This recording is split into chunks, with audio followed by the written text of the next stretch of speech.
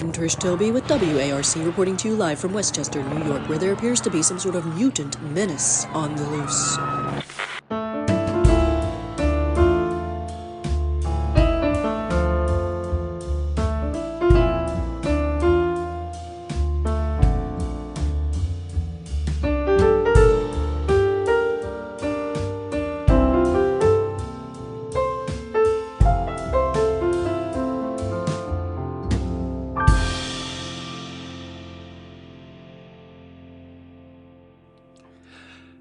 Hey, everybody, I'm Pat Reber. And I'm Matt Ockamp. And say it with us, Abe.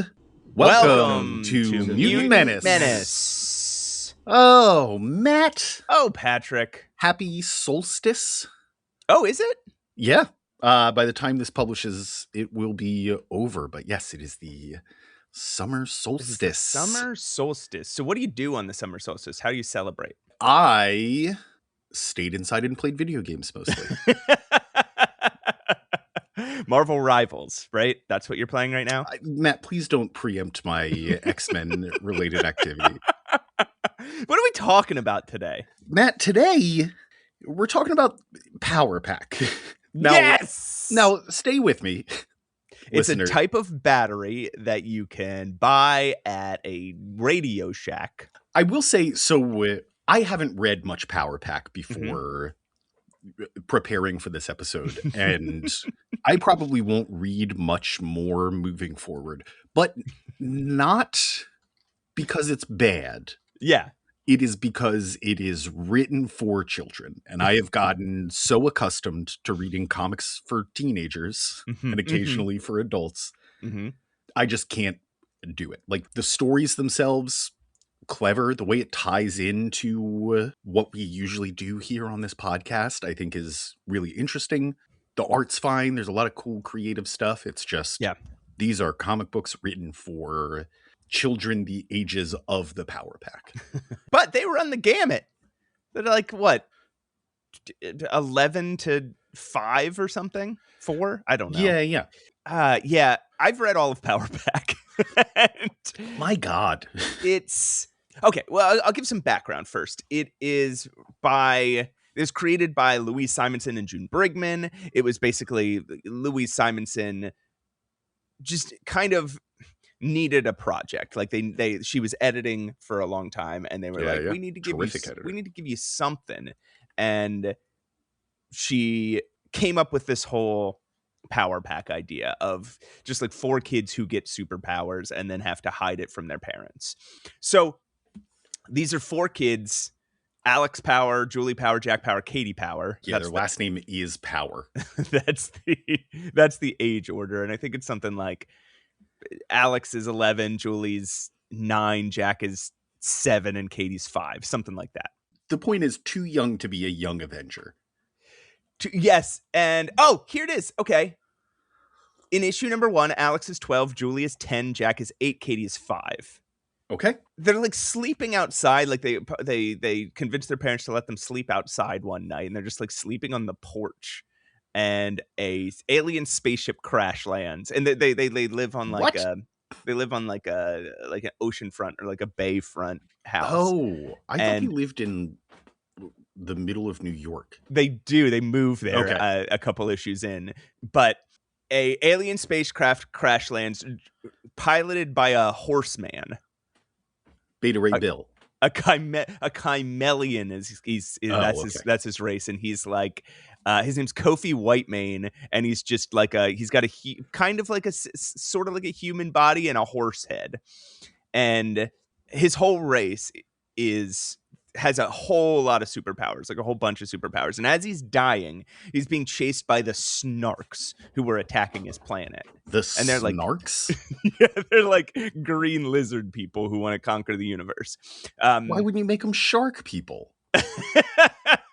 And he crashes, and he's like, I am gonna die here, but I need somebody to protect your planet from the Snarks. Or there's like a whole thing, like their dad invented something that's gonna destroy their planet, and the Snarks want to get a hold of it.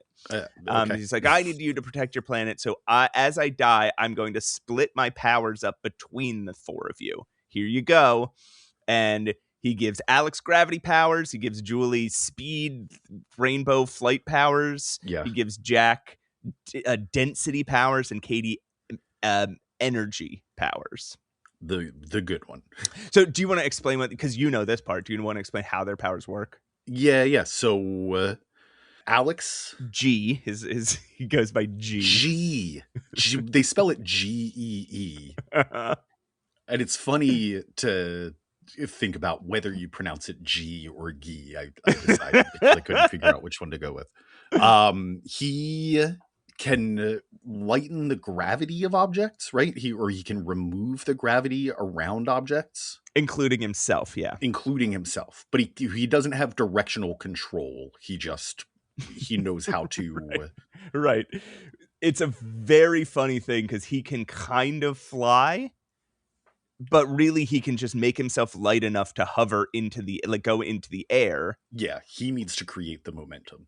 And then he needs somebody to like pull him along, or as we'll see, like he uses a fire extinguisher. I'm sure we're about to get into some uneducated physics debates here. Mm-hmm. We have Julie, the next oldest, who is super light fast. Speed. Yeah. I don't think she actually goes light speed though, but she does leave a 3-color trail behind her. It's like a pink, blue, and yellow, or like a magenta, blue, and yellow. Yeah, I think it's supposed to be like a rainbow, but it's just it's pretty close to the bisexual pride flag.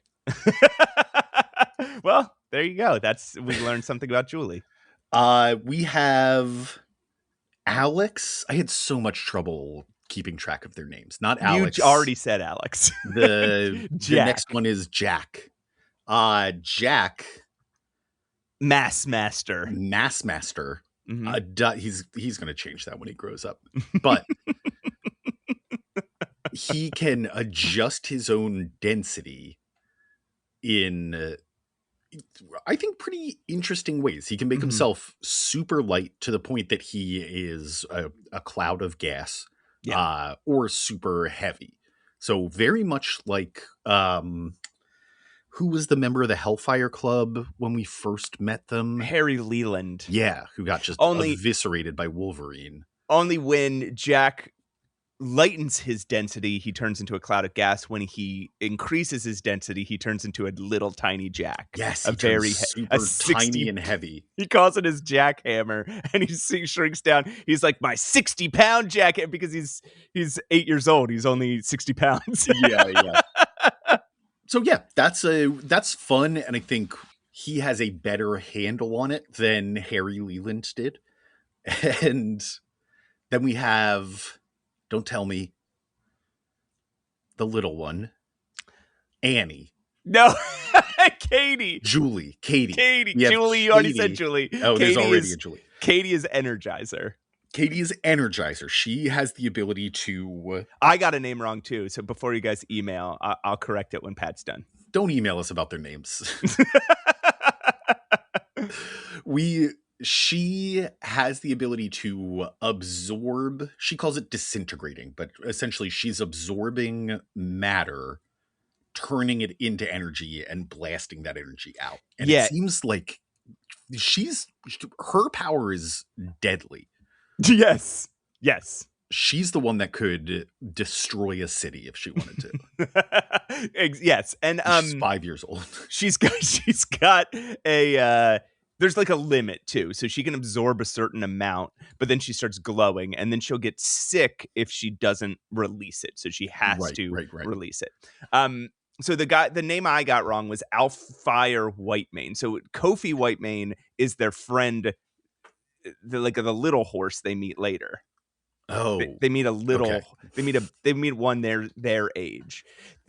When you say horseman, like, is he standing upright and just the head of a horse? Is he and he's centaur type, or like his like knees go backwards like a horse, like a little goat boy.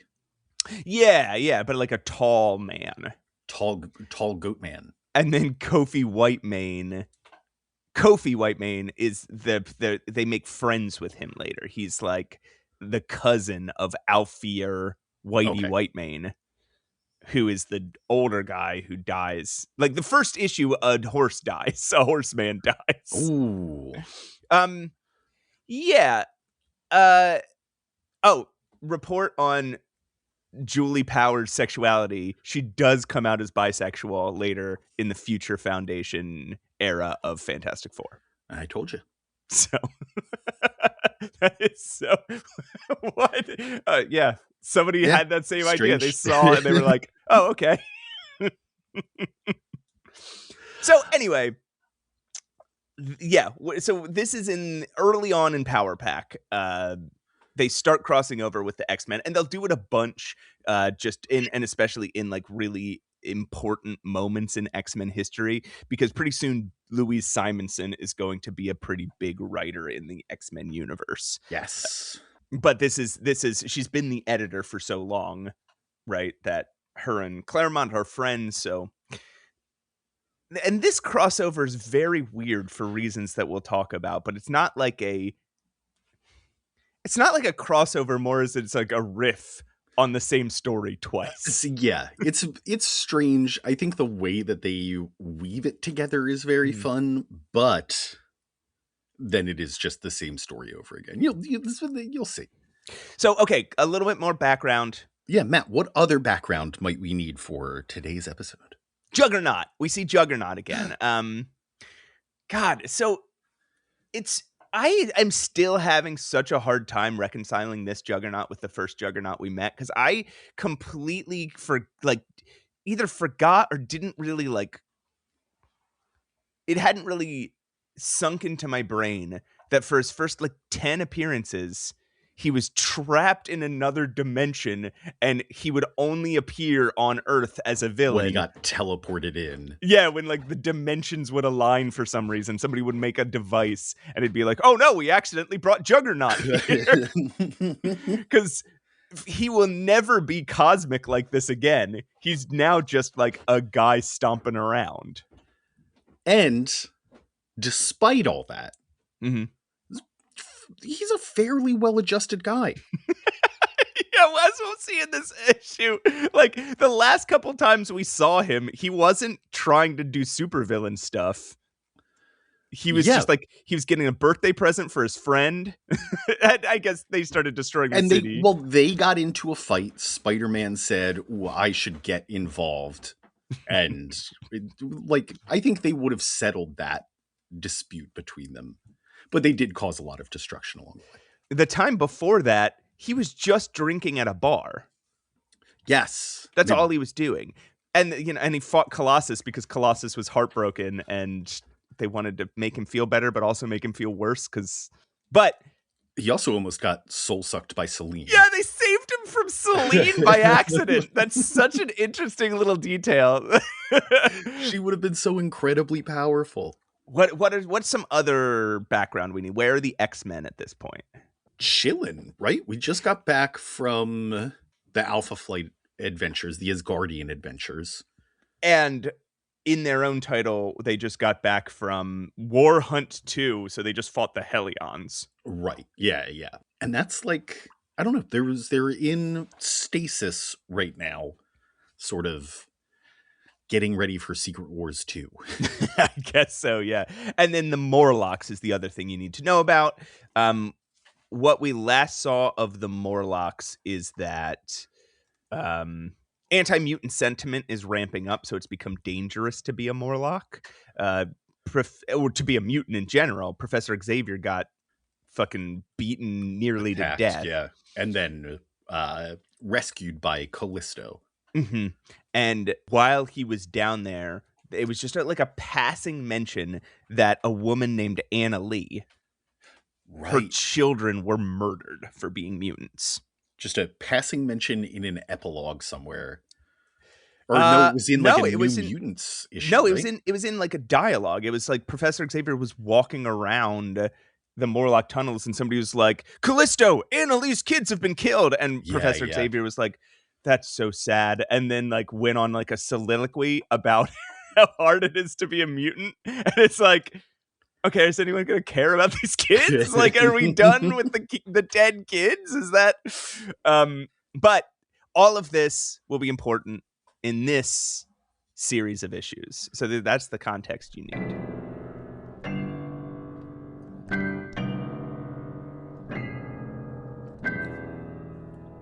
Oh, Matt. Really good timing, because Oh, yeah. if there was any more context, we would have missed it in lieu of Pat's email corner. Boy, we got a bunch today. The inbox is overflowing again, which is fine. I think people stopped emailing because we said that so many times, but we're celebrating it. We would love to have so many emails that we can't read them all. Yes. On air. We'll read them all, but we can't read them all on air. Exactly, yeah. But we read every single one, folks.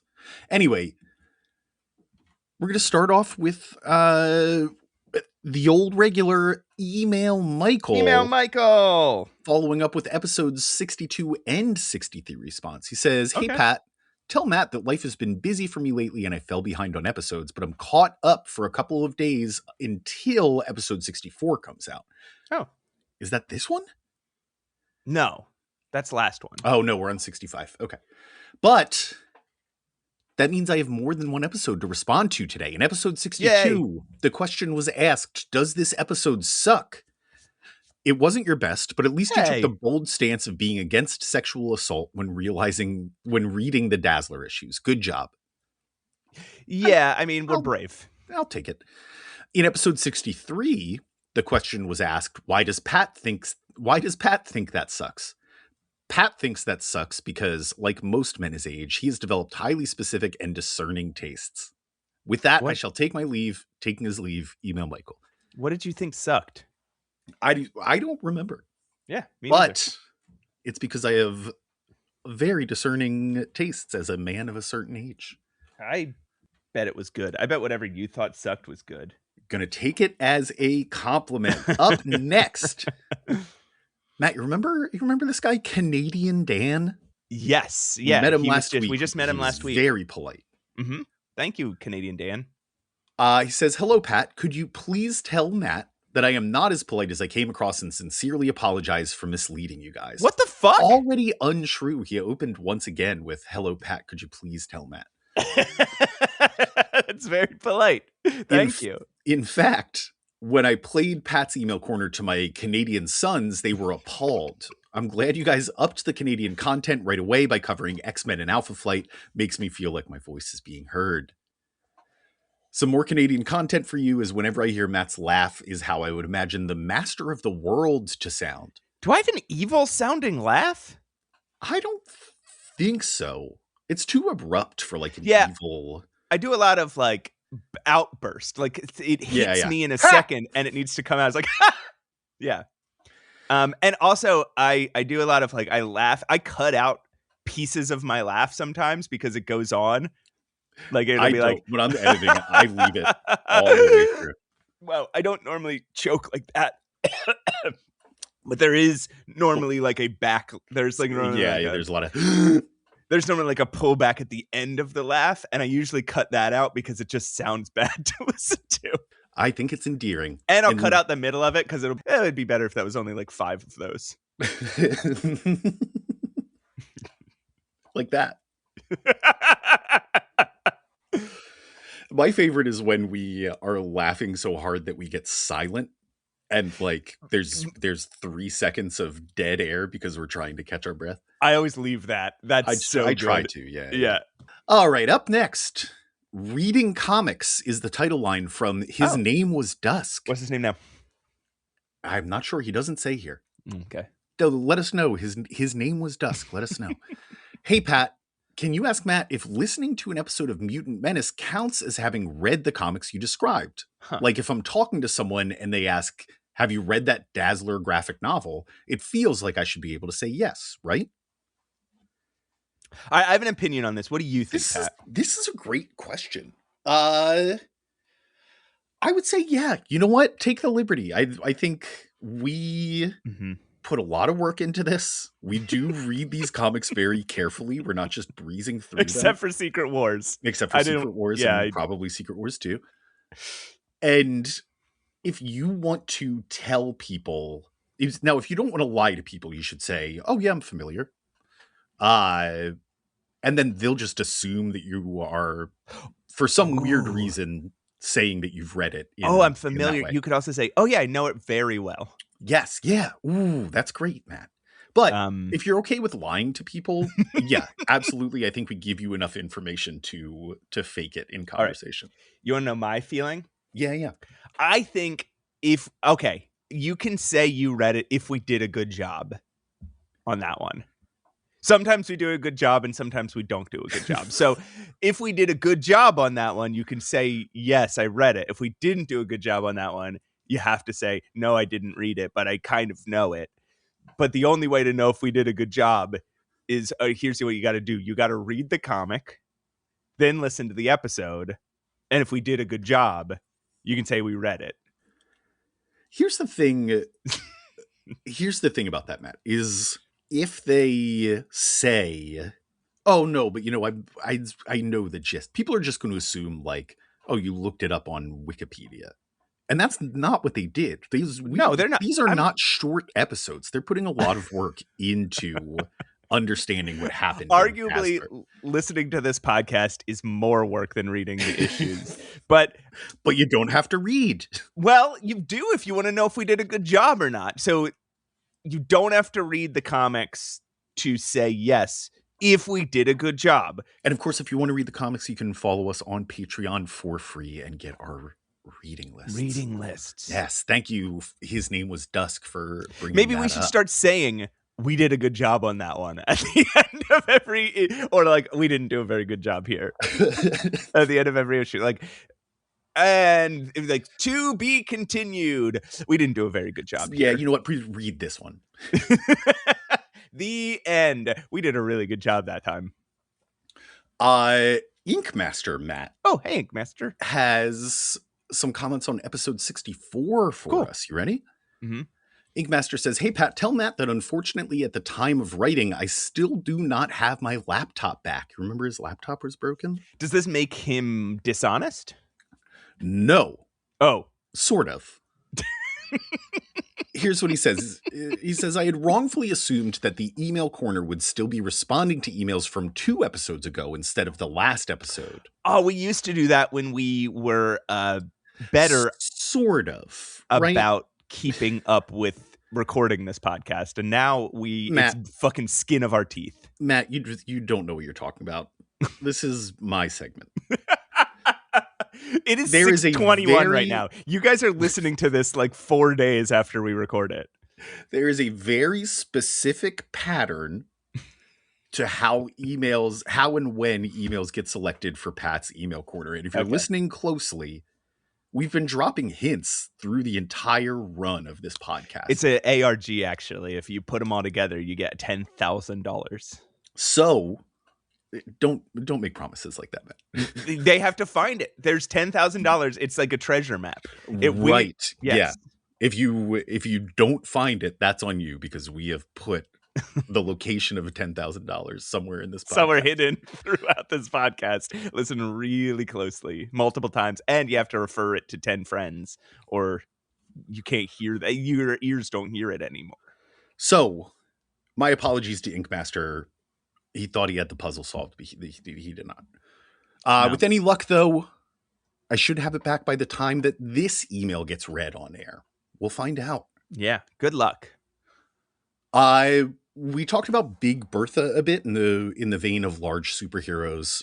Ink Master says, yes, Big Bertha is a mutant and member of the Great Lakes Avengers. Like most of that team, she's originally a joke character, only the joke in her case is in rather poor taste. For context, she's a supermodel, but her mutant ability is to control her body's adipose tissue. Is that how you pronounce that? I don't know. Adipose is how I've heard it pronounced before, but it's not a word I'm like super. I don't hear adipose tissue very often in my life. Yeah, and I don't know what it means, but she can rapidly increase it. While in her bulked up state, she has superhuman strength and durability. In order to get rid of her excess mass, she has to vomit it up. So that originally sucks. A supermodel with bulimia joke. That does suck. That sucks. I didn't know that part. I didn't know about the vomiting it up thing. And I didn't remember that she is a supermodel who can make herself larger. So she doesn't count. Like, she doesn't count. Okay, yeah. She's not actually No. a person that lives with being fat. Yes. 2 more quick points from Ink here. I reject and am offended by the assertion that I am from the Midwest. I'll have you know that I am proudly from the Northeast. We asserted that? We did. We said the majority of our emailers come from either Canada or the Midwest. Just one sort of chunk. And then finally from Ink, I'd argue that Faye not being able to touch iron, but being able to touch stone with iron encased inside isn't a loophole in the same way that a human can't directly handle uranium, but can handle it with proper protective gear isn't a loophole. Okay, we didn't say it's a loophole that she couldn't touch it if it was in stone. We said it's a loophole that she could generate stone around it and then touch it. Right? There would be no, if it was like Superman is allergic to kryptonite, but he has an anti-kryptonite force field that he can just put up if kryptonite gets near him. Like, that's not that, then he doesn't have a weakness to kryptonite, right? So if she is, so if a Fae creature can't touch iron but can create a substance they can touch out of thin air around the iron, then they're not weak to iron. That's just that's what feels like the loophole. All right, balls in your court, Ink Master. Let's get this debate going. A couple more emailers, Matt, here, and then we're done. We have Michael two emails. Mikey 2 mails. Hi, Michael. Right, that's his government name. Yeah. Mikey 2 mails in his non-X-Men email says, "Hi, Pat. Tell Matt I said hello and sorry it took so long to email you all again. Folks, you don't have to apologize. It's okay. It's not a job. It is a thing you do when you feel and are able to do it. Mm-hmm.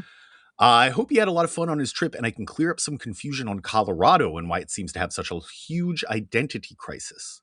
Colorado Springs has been home to several cults over the decades and is also where the Air Force Base is located.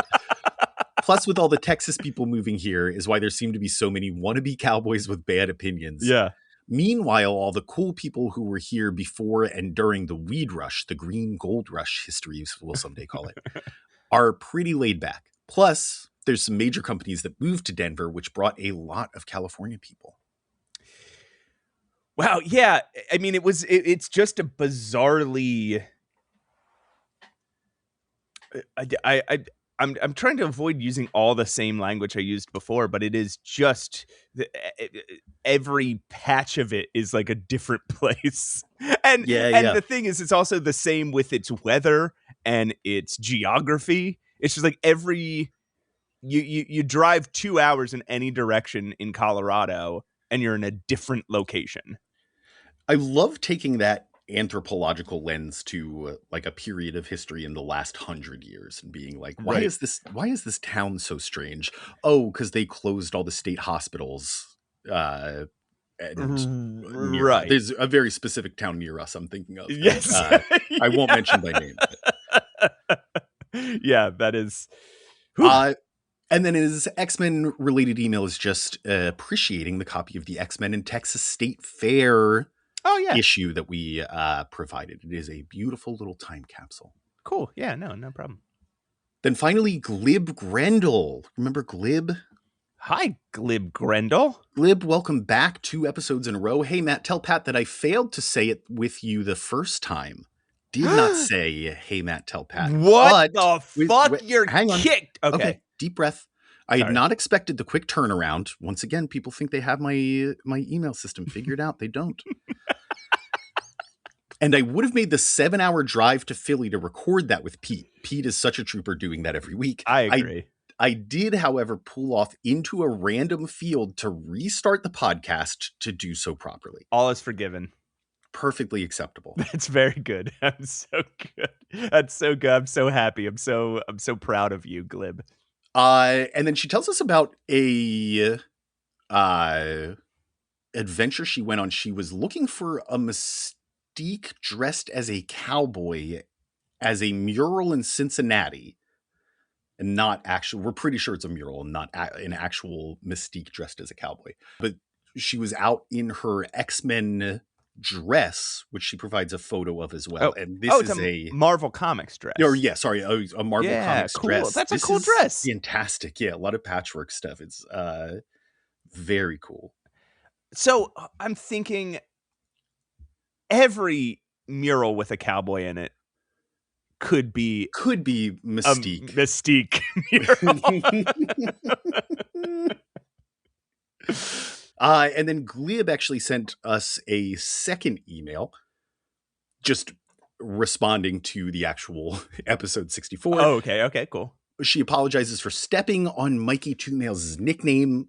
You're welcome to send us 2 mails. Send us 2 mails. What makes Mikey Two Mails is that he does it every week.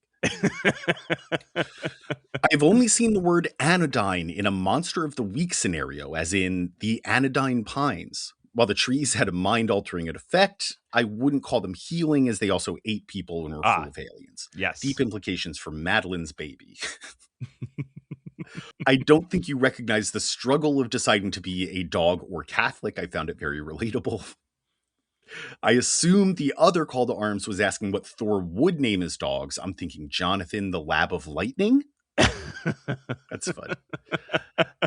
I'm appreciating your coverage of the specials, as my primary collection was all seemingly bought as direct edition, so I missed all of them, which is, I absolutely love that. Even to avid X-Men fans, we are finding some new things. Yeah. And then finally, it was very shocking for a winged horse to appear between issues as a kid. Yeah, just suddenly it's there. Yeah. Glad to finally know they aren't native to Rochester. So I think it's fun to try and name Thor's dogs, because we figured out his goats' names are Tooth Gnasher and Tooth Grinder. Grinder. Yeah, so if you had dogs, would they just be named like Jonathan, like Glib says? Yeah. It's like, this is my goats, Tooth Gnasher and Tooth Grinder. These are my dogs, John and Tracy. Little Thor and little other Thor.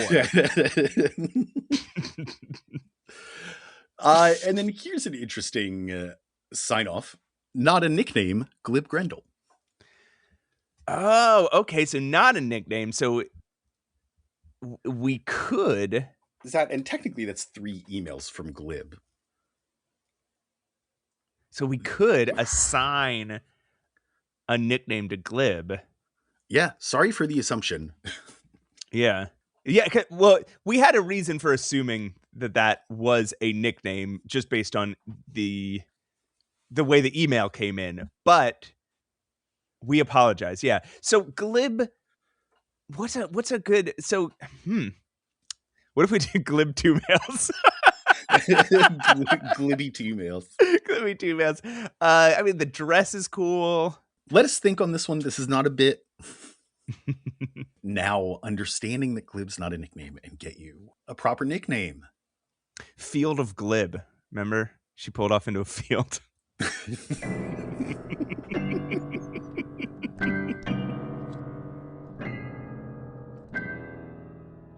Oh, right.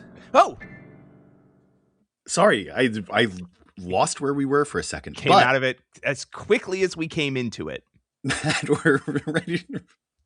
We're right here. We're right now. Sometimes when you're on a podcast, it feels like you just got to say stuff, right? Like yeah. Sometimes the thing is, we can edit this, so there's no dead air is not a problem. It's okay. It's okay to not say something, but then we both freeze at this moment where we came back. And no one was saying anything, and so I say something like, "Oh shit! I say something like, "We came back as quick as we." It's like, what the fuck am I talking about?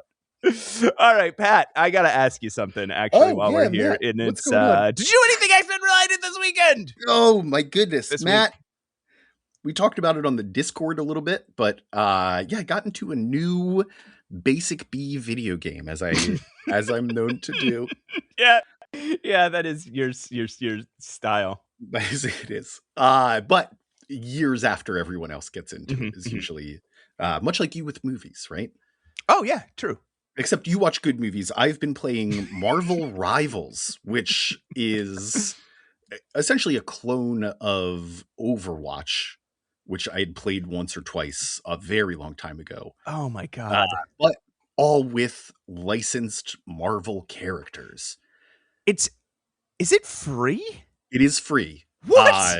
And all of the characters, like, you don't have to pay for extra characters. If you want costumes and like fun emotes and stuff, you can pay for those. But I have not spent a cent. I've gotten myself a Daredevil nameplate. Okay. And then I've been just playing the game. It's honestly super fun. It's so annoying. It's really frustrating. Mm-hmm. But, dude, if you want to feel like Cyclops in a combat situation, they nailed it.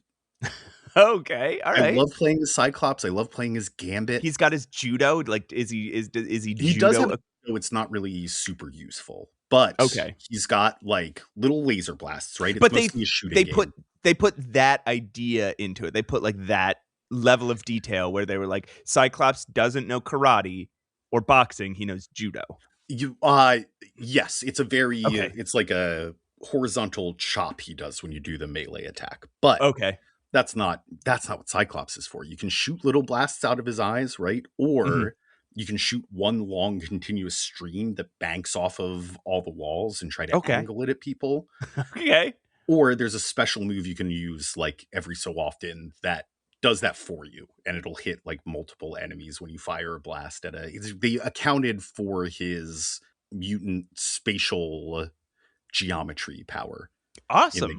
All right. I like that. I mean, I don't think I'd like this game at all, but you gotta try it. I hated it when I first played it because it's so chaotic. Everybody moves so fast all the time, and I can't do online match games. Like I can't go up against people. I tried to do me and you during the pandemic, we played some Fall Guys. Yes. And that when I wasn't playing with you and my son and making fun of it, it was so frustrating. Like I just get so frustrated with other people's behavior. Yes. In match games. That's a very good X-Men related thing. Thank you. It is actually X-Men related. It is this week. But what about you, Matt? Did you do anything X-Men related this week? I cut my finger pretty bad. Ooh. With a serrated, and I was doing a bagel, and I was doing it sideways, and it's that thing with bagels where they're like kind of cut but not really. So you hit certain points, and then the knife just flies through. Yes. And it went right into my cutting away from yourself. Well, I was doing it sideways, so my finger, I had to hold it. I had to be holding it. You're supposed to do it up and down, but that gets so many crumbs everywhere. So I went right into decided to get blood everywhere. I went right into my finger, and I should have gotten stitches, but I didn't. But look, it's pretty good. It's a little blurry, but it doesn't look like there's anything there. It's pretty healed. So the point is, I'm like Wolverine. Yeah, that's fast. Mm-hmm. This happened this morning? Yeah, it happened an hour ago. No, wow. I think it happened last weekend, or like this past Monday. And he healed really fast. I'm Wolverine is the thing. And I just keep discovering more and more superpowers as we do this. Remember that thing where I can make rubber stuff not get shredded? Yes, but I think I recall us debunking that as well. No, I don't think so. So, Patrick. Yeah. Do you want to read X-Men and Power Pack and stuff with me? Yeah, I do. Yeah, Matt, why don't we start by reading an X-Men comic? Oh, I'd love to.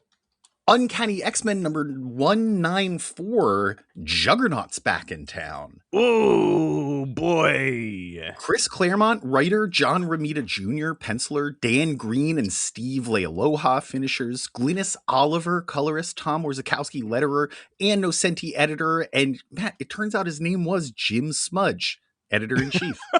Okay, all right. Yeah, because it's smudged on mine, and I don't know why.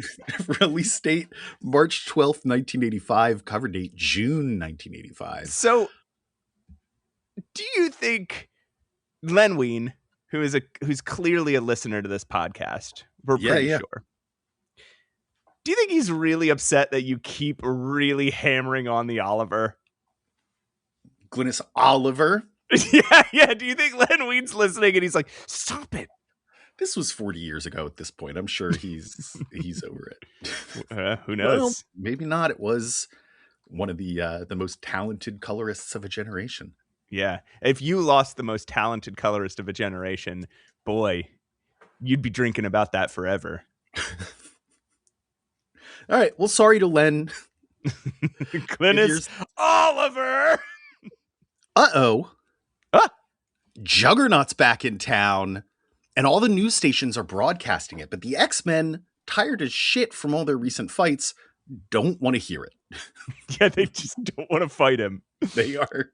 The news pops on in Nightcrawler's bedroom, and he's like, Yeah, dude, what is this? Do they have a mechanism in their house whereby if an X-Men villain gets mentioned on the news, all their radios and TVs and stuff turn on? Because they're all sleeping, and then suddenly they wake up when it's like, it's Juggernaut is on the news. Mm-hmm. I would say yes, probably wired into Cerebro. Everyone's television and radio is wired into Cerebro because the professor was tired of people not giving a shit. So he was like, all right, well, if y'all love your damn TVs and radios so much, maybe I'll just put Cerebro in there. Kids these days, they used to sit. When I was their age, I was out in the field playing with my mental powers. Playing with my Cerebro. And these days, everybody's on their damn TVs and radios.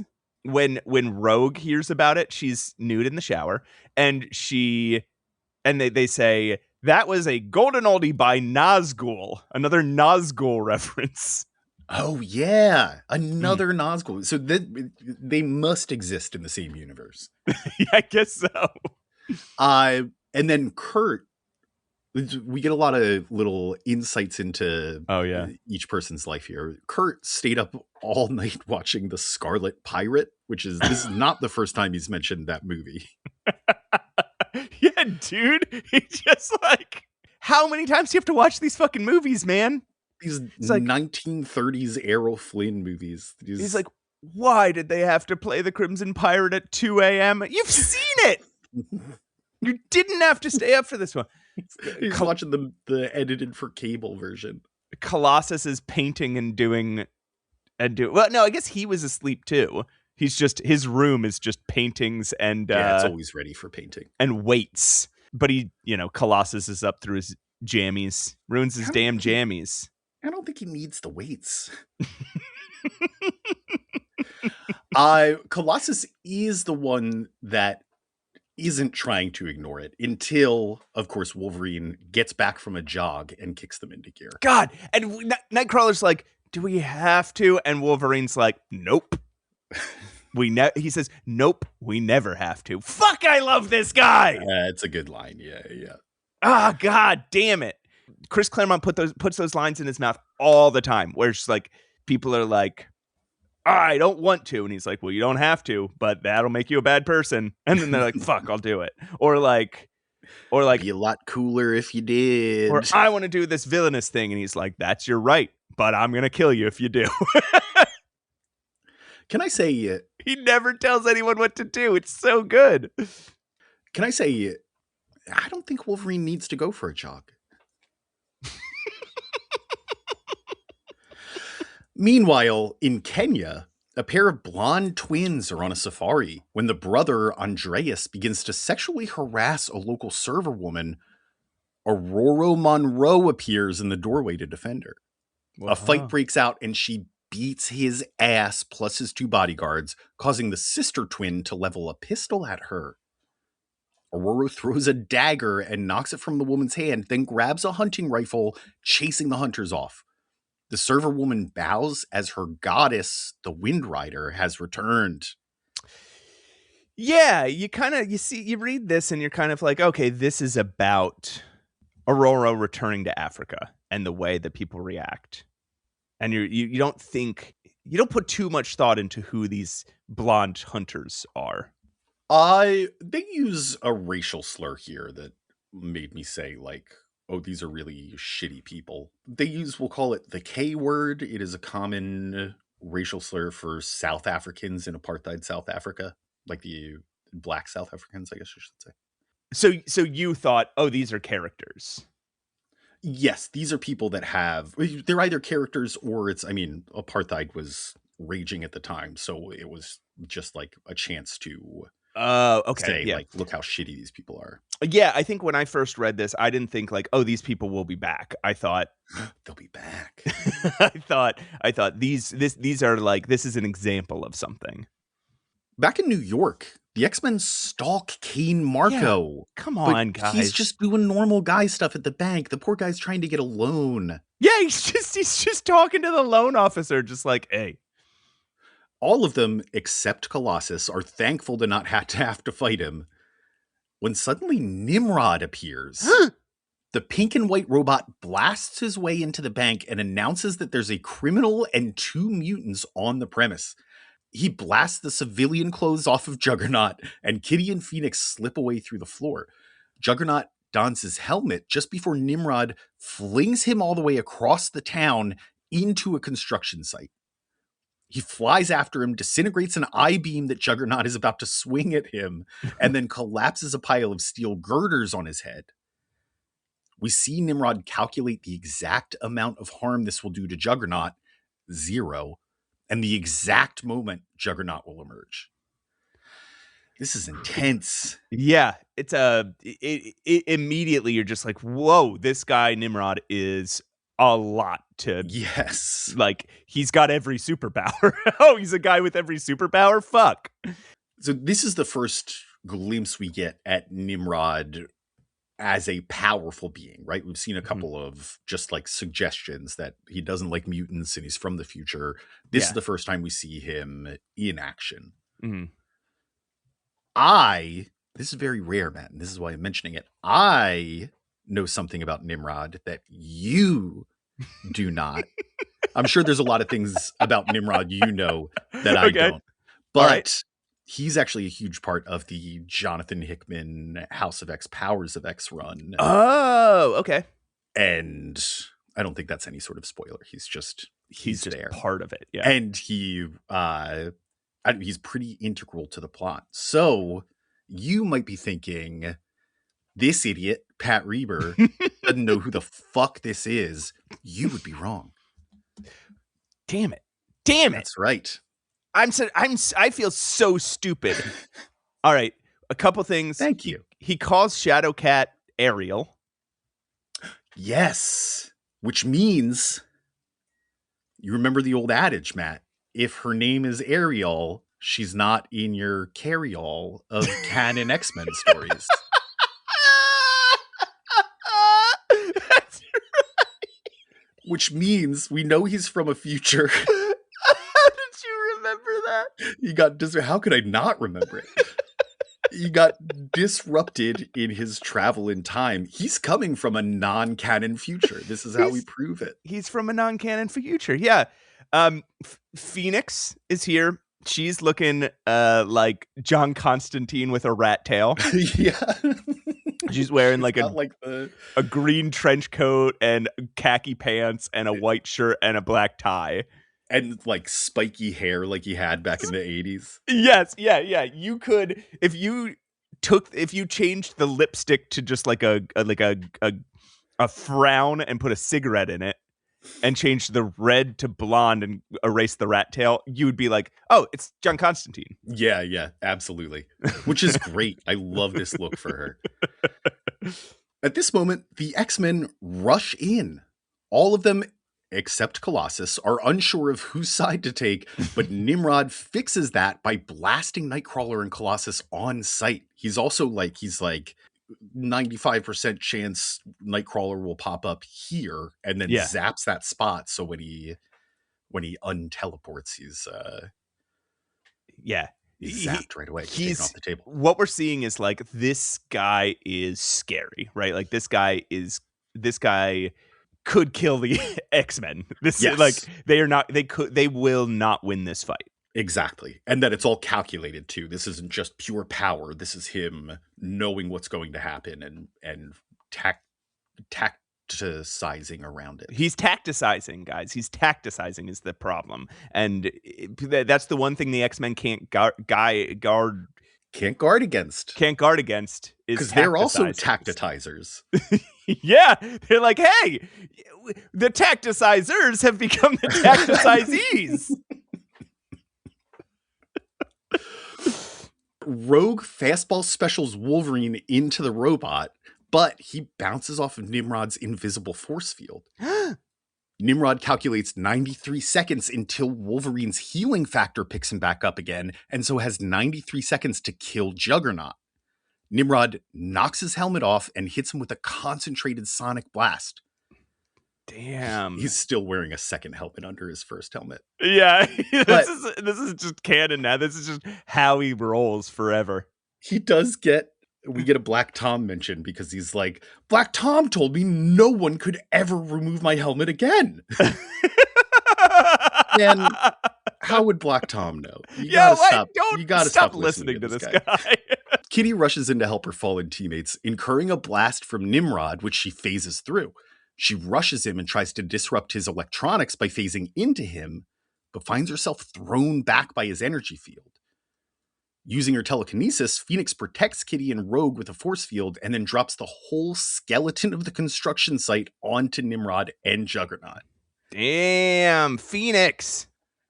Kitty, almost totally paralyzed from Nimrod's energy field, leans her head into Rogue to transfer her knowledge that Nimrod is actually just a robot.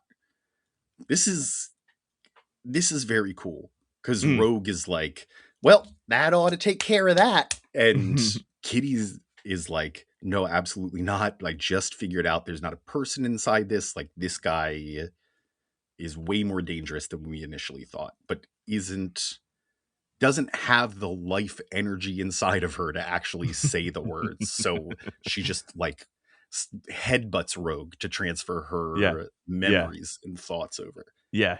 Really cool. Neat. We haven't seen that yet. There's also here. There's a scene where there's just like bricks right in the foreground. There's like bricks as Phoenix is tearing down the structure, and there's graffiti on the bricks, and one of the things of the brick says Dean Coolshoes. it says Dean Coolshoes. Now, is that a man with the first name of Dean, or is that like somebody important at a college? Yeah, yes, is it? This is a student, and they really like their dean's awesome shoes, and so they call him as his nickname. Hey, Dean Coolshoes, or they hate his shoes, and they're mocking him. It's like the local goody two shoes group being like, all right, guys, we're going to do something really nice for the dean, but it's got to be cool. Dean's walking to work and he's like, Dean Coolshoes. And he looks down and he's like, oh, really? All right. I feel good about myself today. Made it. I've made it. Also, it's very funny. There's a very brief, very funny moment after Rogue absorbs Kitty's powers where she's like, oh, I can phase. I've never done that before. This is neat. Oh, I can't believe I'm saying neat. Kitty, you fucking nerd. So Rogue grabs powers from the unconscious Nightcrawler and Colossus lying next to her. She grabs Nimrod's arm and teleports it off of his body. Fuck, man. Then punches him so hard he explodes. Wow. Yeah. This is so cool. We have sort of seen this before, her absorbing a bunch of powers and becoming an amalgam of different X-Men, but it's never not fucking very cool. It rules. She destroys her costume when she does this, and I think we're going to have to start counting these too. This is like the third time so far. She mentions it every time. Oh, my my costume's costume. ruined. I gotta go buy a new. I just bought this one. So I'm gonna say this is number 3. So we're gonna start the count here. All right, we'll start it at 3. Nimrod instantly starts pulling himself back together again. Unbeatable, an unbeatable villain. Unreal, yeah. But he teleports away. Mm-hmm. Juggernaut picks himself up and asks Rogue if he's going to have to fight the X-Men next. But Rogue tells him this wasn't his fault. He should scram before the Avengers show up. I love this. And this is why we love Rogue, right? Because any other X-Man would have been like, you scumbag, we're watching you. In fact, they just did that. Wolverine and Colossus were both like, we're going to go fucking get this guy at the bank while he just tries to go about his daily life. But, well, I think Wolverine would have let him go here too. But he would have been like, yeah, you can go, but I got my eye on you. Don't step out of line or I'll snicked you. Is a little more empathetic, I think. And she's like, you didn't do anything wrong here. This guy was coming after you. You should get out of here before the Avengers get here. Because we're all villains here. We're all villains here, pal. Yeah. Look, I'm not a cop.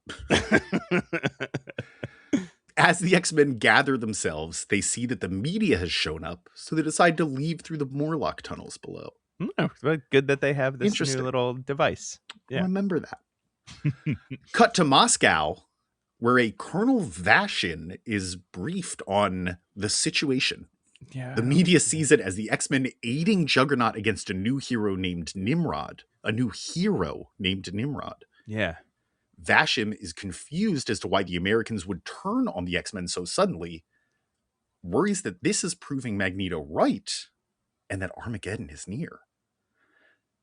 The end. Yeah, that's an interesting little scene. What did you take? What did you take from the Colonel Vashin scene? I don't know who this guy is. I assume that he's going to be important, but what I'm remembering... Nick Fury with the opposite eye patch, I think. Sure. He's, I guess, like a Soviet Nick Fury. Yeah, I guess so. The connection I'm drawing here is that this was forever ago at this point, but Sebastian Shaw was talking about, and I think Emma Frost were talking about how important mutants will be to national powers in the near future, and how they have to try to, like, everybody should be trying to control mutants so that they can use them, because that'll be the basis for power, is like, I guess, military use. This strikes me as somebody who was like, hey, let's keep all the mutants happy so that we can gain some power over them, and is now panicking because the mutants seem to be very unhappy. Yeah. I could be way off. That was my read on it. I don't know. Yeah, I just went to his Marvel wiki page, and it's weird, man. I don't really know what's going on with this guy.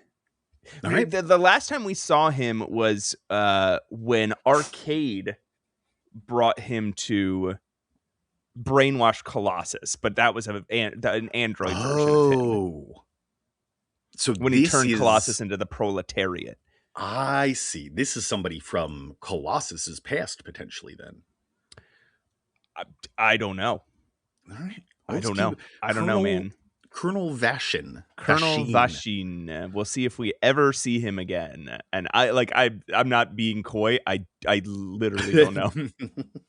Before we move on, can I say the cover, and I think this will be consistent, actually. Covers for the issues that we're reading today are fucking sick. They're very cool. Yeah. This one is, I was immediately intrigued. Nimrod killing Juggernaut and Rogue with Nightcrawler's face, Colossus's skin, just sitting there on the, like, I am opening this comic. There is so much happening here. I need to know why. Yeah. Well, Pat, I normally would read a comic here to you. Yeah. But I'm going to ask you to read the next comic to me. Fuck.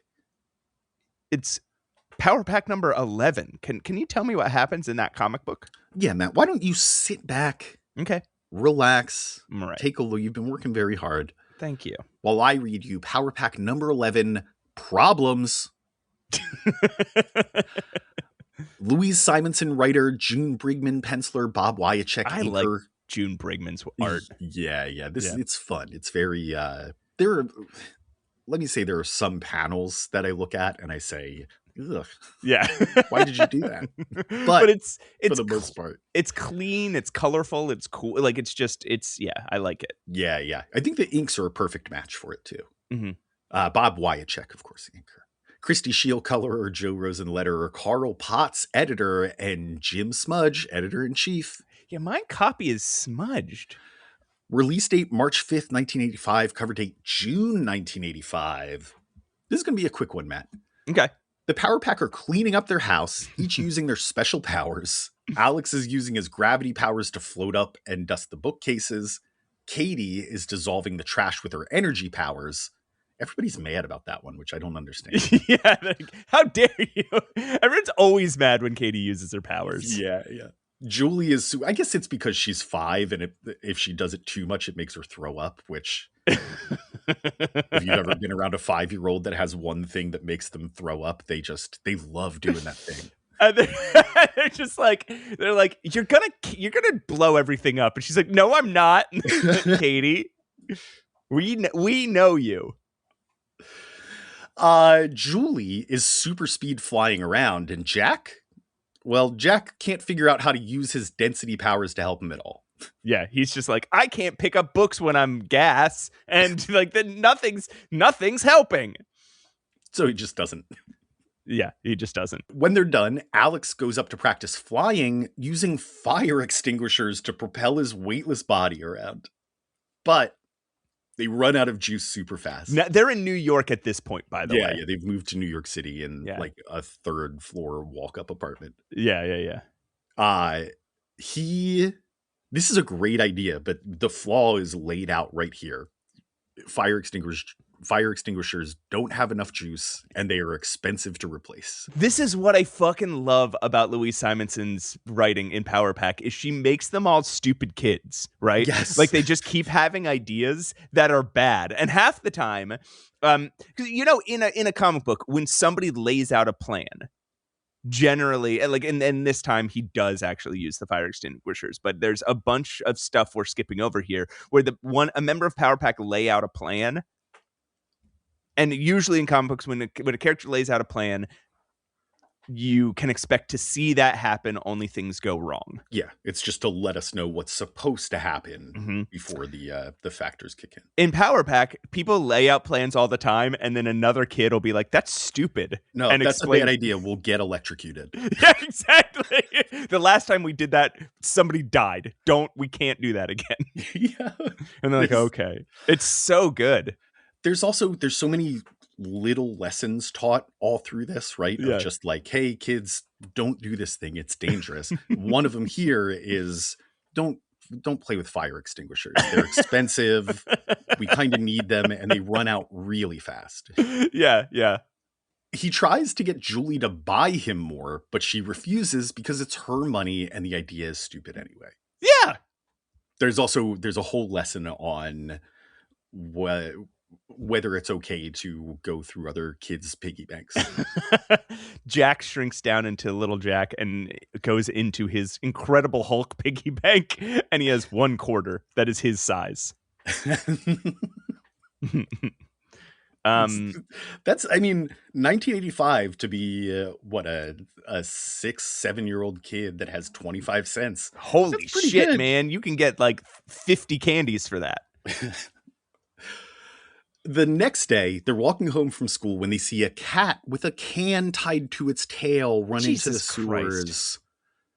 They decide to chase it and save it, only to find that the rain has made the sewer water rise. Here's another lesson for kids. Right. Don't play in the sewers. They are made for like if the rain comes while you're in the sewers, you could very well get washed away or drown. Well, here's a thing, and here's another lesson and bad idea thing where Katie goes to absorb the sewer water to energize herself and like start glowing so they can see in the sewer, and everyone's like, that's gross, don't touch the sewer water, you'll probably catch something. And she's like, no, I won't, because I'll disintegrate all the germs too. She's not wrong. No, she's not wrong. She's not, but it is like a lesson. Like, guys, sewer water is water is full of germs. There's a difference between running water and wastewater. Yeah, and there's a difference between you and Katie Power. Yeah. It sweeps them up and knocks them around, putting them in the path of a pack of alligators. The old New York City sewer alligators. Yeah. We should mention, before they actually enter the sewer, when they're like watching this cat run in and deciding if they should save it, fucking cop shows up. Oh, yeah. And is like, that cat's probably dead. There are alligators down there that will eat it. Yeah, what the fuck is up with this guy? Children. They're like, they're like, what are you doing by the sewer? Well, we lost our cat down here. And he's like, yeah, probably got drowned and eaten by alligators. Go home. Probably dead. And then he says, yeah, go home. It's raining. Is that a lawful order? Yeah, fuck you have off. the authority to tell these kids they're not allowed to be in the rain? And they're like, there's not alligators in the sewer. Come on. But, Matt. Whoops. There are. Yeah. Katie and Alex get separated from the other two, so they decide to go back to their apartment and steal the Super's fire extinguishers to help them fly. Yeah. They go back, find the problem with this, the problem with why we're all getting killed in the sewer is we don't have any fire extinguishers. We don't have fire extinguishers. Solves so many problems. They go back, find their siblings, beat up the alligators, save the cat, and escape the sewers. Okay. Good for them. Some of the alligators, I'll say, have collars on them. Yes, that is something that the narrator notes the kids didn't necessarily notice. I think Julie mentions it, but she might not mention it until way later or the next issue. Okay. Back at home, Alex apologizes to Julie for trying to take her money, but Julie apologizes to Alex, saying she'll pay for the Super's fire extinguishers. Then, Katie remembers they forgot their school books in the sewer. Oh, no. I'd be fine with that. Below ground, a cloaked figure plays a flute for their alligator pets and stumbles upon the Powers school books. They're good kids. They'll be back for these. And we'll be waiting, they say. They'll make such delightful morlocks. Oh, no! To be continued. Man, the funny things about Power Pack are, number one, how much they complain about how their powers suck. Like, oh man, this power sucks. And I wish it was better because it sucks. Especially Jack and Alex are like, man, if only this power didn't suck so bad. Yeah, I mean, they're not wrong. and number two is like them constantly having bad ideas. Like, again, it's not enjoyable to read Power Pack. But no, but it's such a good comic book. Yeah, there's something so fascinating about it, but fascinating, but not engaging. Yes, exactly. And it's like really well written, but not all that fun because the kids are written so realistically, and kids they don't make good protagonists. Yeah, kids aren't actually interesting. They're mostly annoying. They mostly just yell at each other and call each other names and just like they talk a lot. Oh, hey, happy Father's Day, Matt. Oh, thank you. Hey, thanks. They talk a lot, man. They talk so much in these comics. Oh, I thought you just meant kids in general. Well, they do, but also really Power Pack. Speaking of, do you want me to tell you about the next Power Pack number 12? Oh, we got to still read Power Pack. Okay. Yeah, sure. It's called Underground, and it's written by Louise Simonson. It's penciled by June Brigman. It's inked by Bob Wyachek. It's colored by Glynis Oliver. It's lettered by Joe Rosen. It's edited by Carl Potts. And the editor-in-chief is Jim Fuck. It says Jim Fuck in my copy. Huh. Mine's smudged, so... Okay.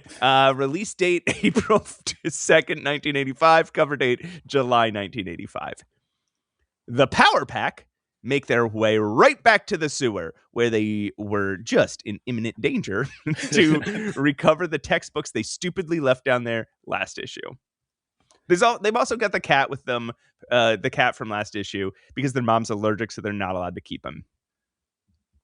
Immediately, they're confronted by a group of weirdos calling themselves Morlocks, promising to kidnap them for Anna Lee. No. They don't introduce themselves here, do they? Not here, no. No, not until they fight, because we'll have a lot to talk about there. Yes, yes, we will. Yeah, promising to kidnap them for Anna Lee. Do you remember? Anna Lee's kids died, and so they're like, we'll get you some new kids. I remember we talked about it 10 minutes ago. Across the sewer system, Kitty and Kurt make their way through the Morlock tunnels to get back home from X-Men 194. Stopping along the way to deliver a letter from Aurora to Callisto. Oh. And a gift from Japan from Kitty for Caliban. Oh. It's just a shirt that says sushi. It's adorable. It's a sweatshirt, but it's like short sleeved. It's cut off like at the shoulders. Yeah. And yeah, it just says sushi on it in bright red letters. She clearly picked it up from Japan. Here, where she's giving the gift to Caliban, there's a crowd of Morlocks behind them, and there is a woman who looks exactly like Storm in the crowd. There's always a woman. There's always one Morlock that looks exactly like Storm. Yeah, is wearing the belts, has white mohawk, dark skin. Like, it is just that Storm. There's Storm standing there. And I mean, that character is saying, so Cal, what's Storm say? You have to imagine... I think that actually tracks, because you have to imagine there's at least a few Morlocks that were like, oh shit, I thought Callisto was the coolest. This is the coolest woman I've ever seen. And have just started trying to look as much like her and probably ask all the time, like, hey, Callisto, what's Storm doing? Is she writing? So what is this kitty costume? I've never seen it before. I don't think we'll ever see it again. It is, all right, Pat. I'm going to try and describe this. You fill in what I'm missing. Yeah, sure. It is a bright orange trench coat that turns into a leotard on the bottom. Like on the top, it's trench coat, and then it comes down to like a leotard below her waist. So you see it as a separate, or as like one piece, that costume? Yes. Because it's the exact same color, and there's a belt in the middle, but it's just a white piece of fabric, like a white ribbon. Yeah, I guess it's like, imagine a trench coat from the waist up, but from the waist down, it's a one-piece bathing suit. Yeah, it's just like a bikini bottom.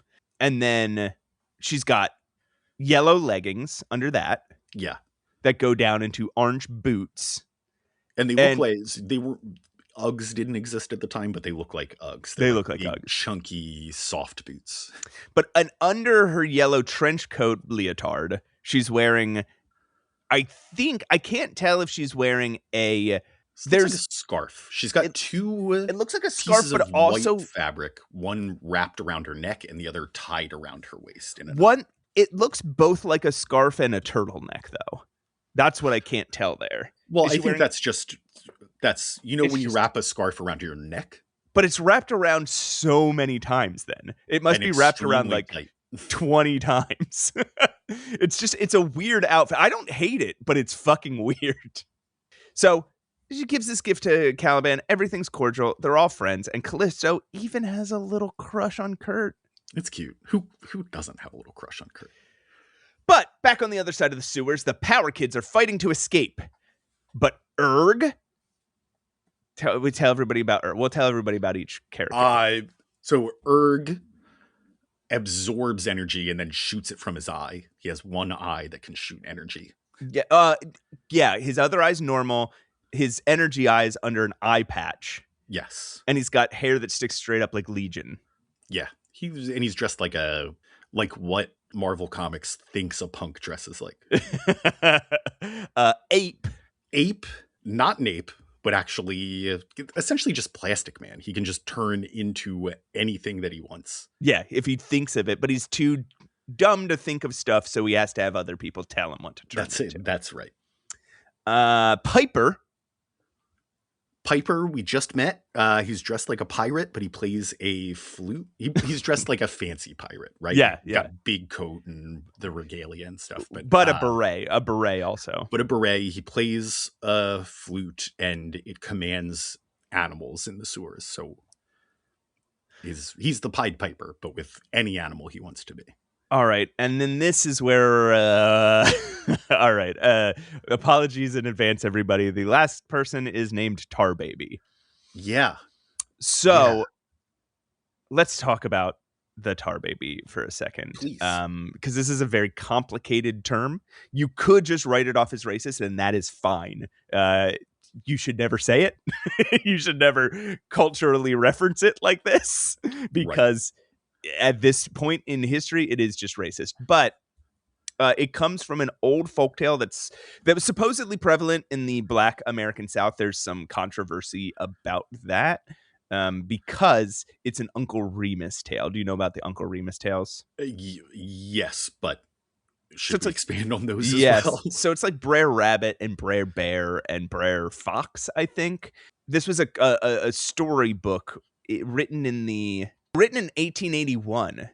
Uncle Remus is a fictional character, a fictional black, like, old man character who tells tales, but it's a white person writing about folk tales, black folk tales in the American South, and it's mostly about these like animal characters, and Brer Rabbit is like a trickster, and then there's Brer Fox and Brer Bear, who are like Brer Rabbit's enemies. So what we're saying is that the reason that this may be considered, or I guess what we're saying is what's controversial about it supposedly originating or supposedly being in the Black American South is that the sources for it weren't actually written by Black people. These are stories like Uncle Remus, where a white person said, here's what Black people talk about. Yes. And the Uncle Remus stuff it was like really often used for minstrel shows and black caricatures and people wearing blackface. And so like the Tar Baby is one of these racist black theater caricatures.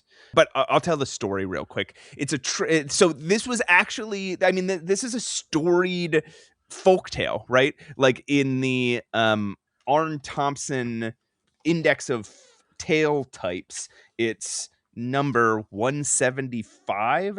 Let me read it real quick out of my Stith Thompson book. Yeah, that gets to be a real anthropologist here. It's just called The Tar Baby and the Rabbit. And the story is a trickster, usually a rabbit or a jackal or a monkey, is suspected of stealing. So somebody shapes a baby out of pine tar or some other sticky black substance and leans it against the tree sometimes with a bowl of food.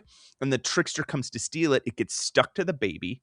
And the more it struggles to get free, the more stuck it becomes. Or in the case of the Uncle Remus tale, I think Brer Rabbit tries to talk to the baby, and when it doesn't respond, he gets mad and starts kicking it, and that's how he gets stuck to the baby. Yeah. When the trapper, the person who made the trap, comes to kill the thief talks their way out of it. That's the story. Similar tales are found in the Jetka. It's also found in Africa and Mexico. Like, this is a very this is a tale that spread far and wide. So it probably was in the American Black South. The problem is, like you said, in Uncle Remus, this tale is not from the mouth of a black person. It is from the pen of a white person.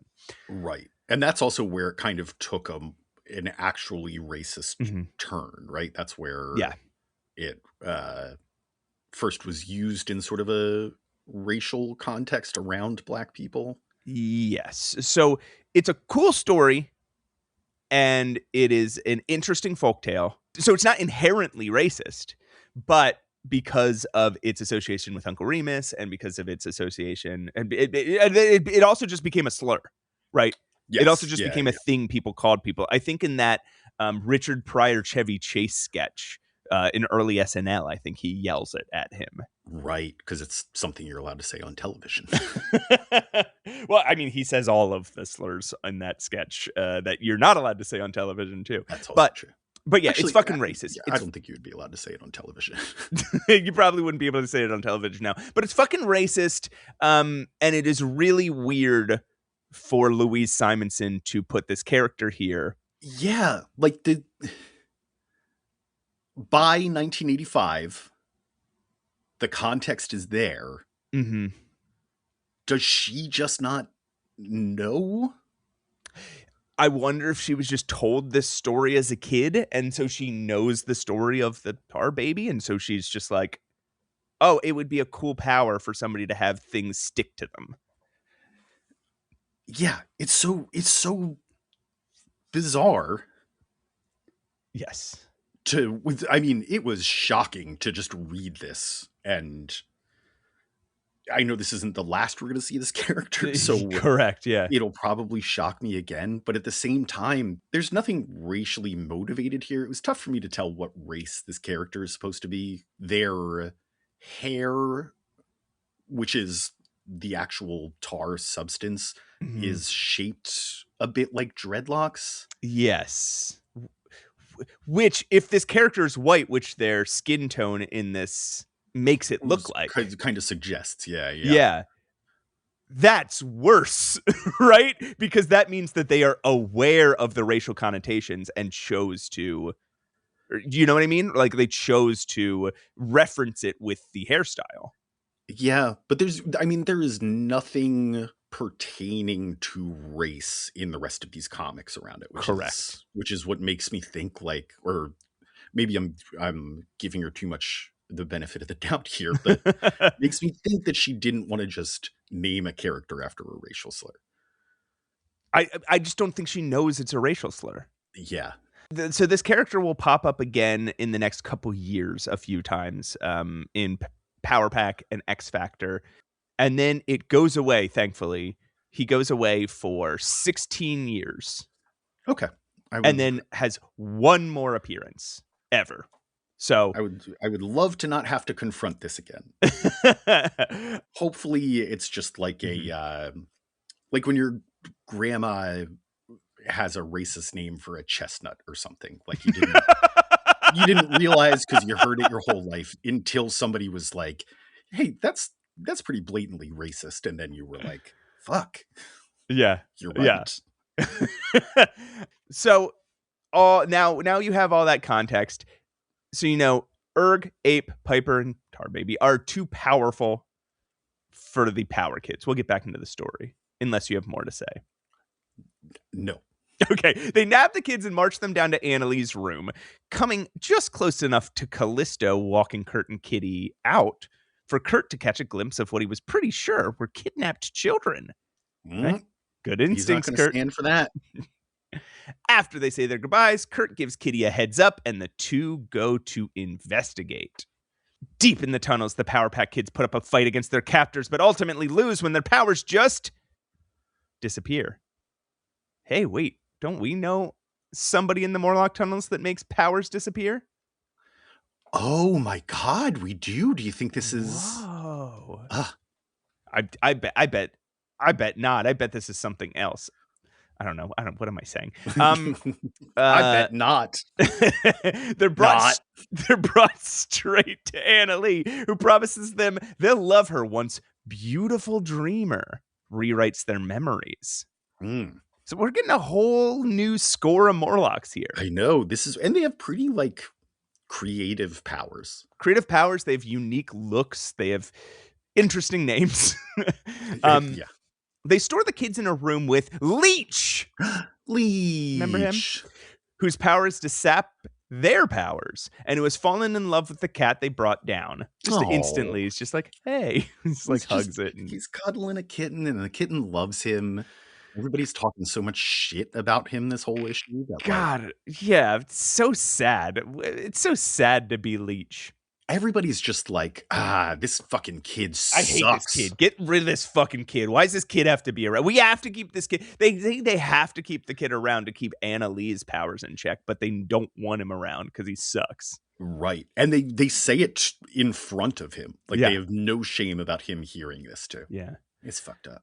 Kitty and Kurt discover the door to this room, but get pretty suspicious when Kitty realizes Leech must be here. She can't phase through the door. Ooh. Hope's not lost, though. On the other side of the door, Jack has used his Cub Scout skills to loosen everyone's knots. And he's the Storm of Power Pack. Is it right? He's got the thief skills. And then when Mask, remember him, comes in promising to change their faces, they burst free. Julie grabs the cat and starts running. Leech running behind her with a very sad, "No, lonely." Lonely. No, lonely. Oh my It's God. He's so adorable. How can people hate this guy? It's like, yeah. It's like sad adorable. Like not in a, I guess sort of in a pity way, but it's just like, you want to give him a hug. She grabs the cat and runs away. These two panels and he goes, "No, lonely, come back," and chases her. It's a brilliant move, honestly. Oh my God. It's like it hits you in the chest. What a sweet little guy. Everyone else's powers start working again, and Kitty and Kurt burst in the room. There's a big, silly, chaotic fight with Pac-Man and a swarm of bats. Tarbaby tells Ape to turn into Pac-Man. Tarbaby also only speaks in rhymes.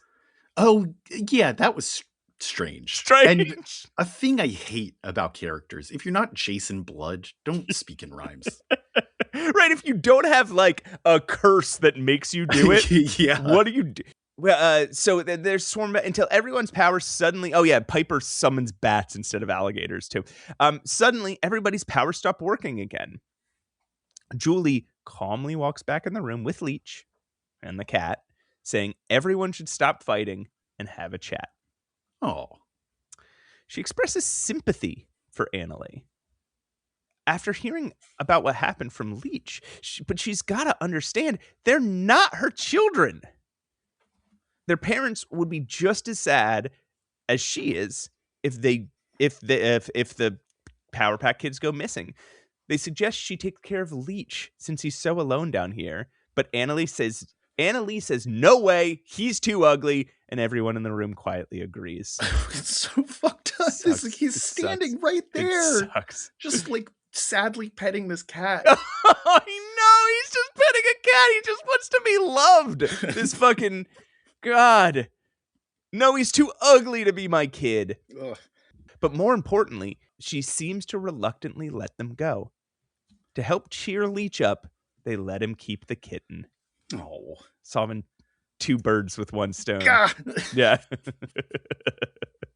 Piper begs Kurt and Kitty not to tell Callisto. They gotta understand Annalee's psychic misery was literally driving them mad. It's all they could think to do. Because I don't know that we've fully, Annalee's power is whatever emotion she's feeling projects outward from her. Yeah. It's like the opposite of an empath. Mm-hmm, mm-hmm. And not empath, the character, but an empath. Yes, the opposite of, and not an empath like in real life. The power empath.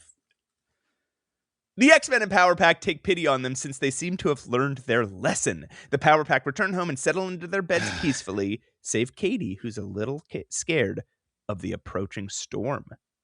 But outside, Annalee peers up at their window, promising they'll be hers forever soon. To be continued. So, I do appreciate that we get the immediate turnaround from letting someone go because they probably learned their lesson to having to deal with that problem. Yeah, this it is finally by the end of the issue. She's back at it, and we don't really get a panel where she's like, "Hey, you're right." To Julie's empathetic, inspiring speech, she just runs away crying. And the argument they give is wouldn't the way that you're sad when your kids are lost, wouldn't our parents be sad if they knew they lost their kids? Which is interesting. It's a logic argument. Annalee is not in a place to respond to logic right now. Well, isn't she?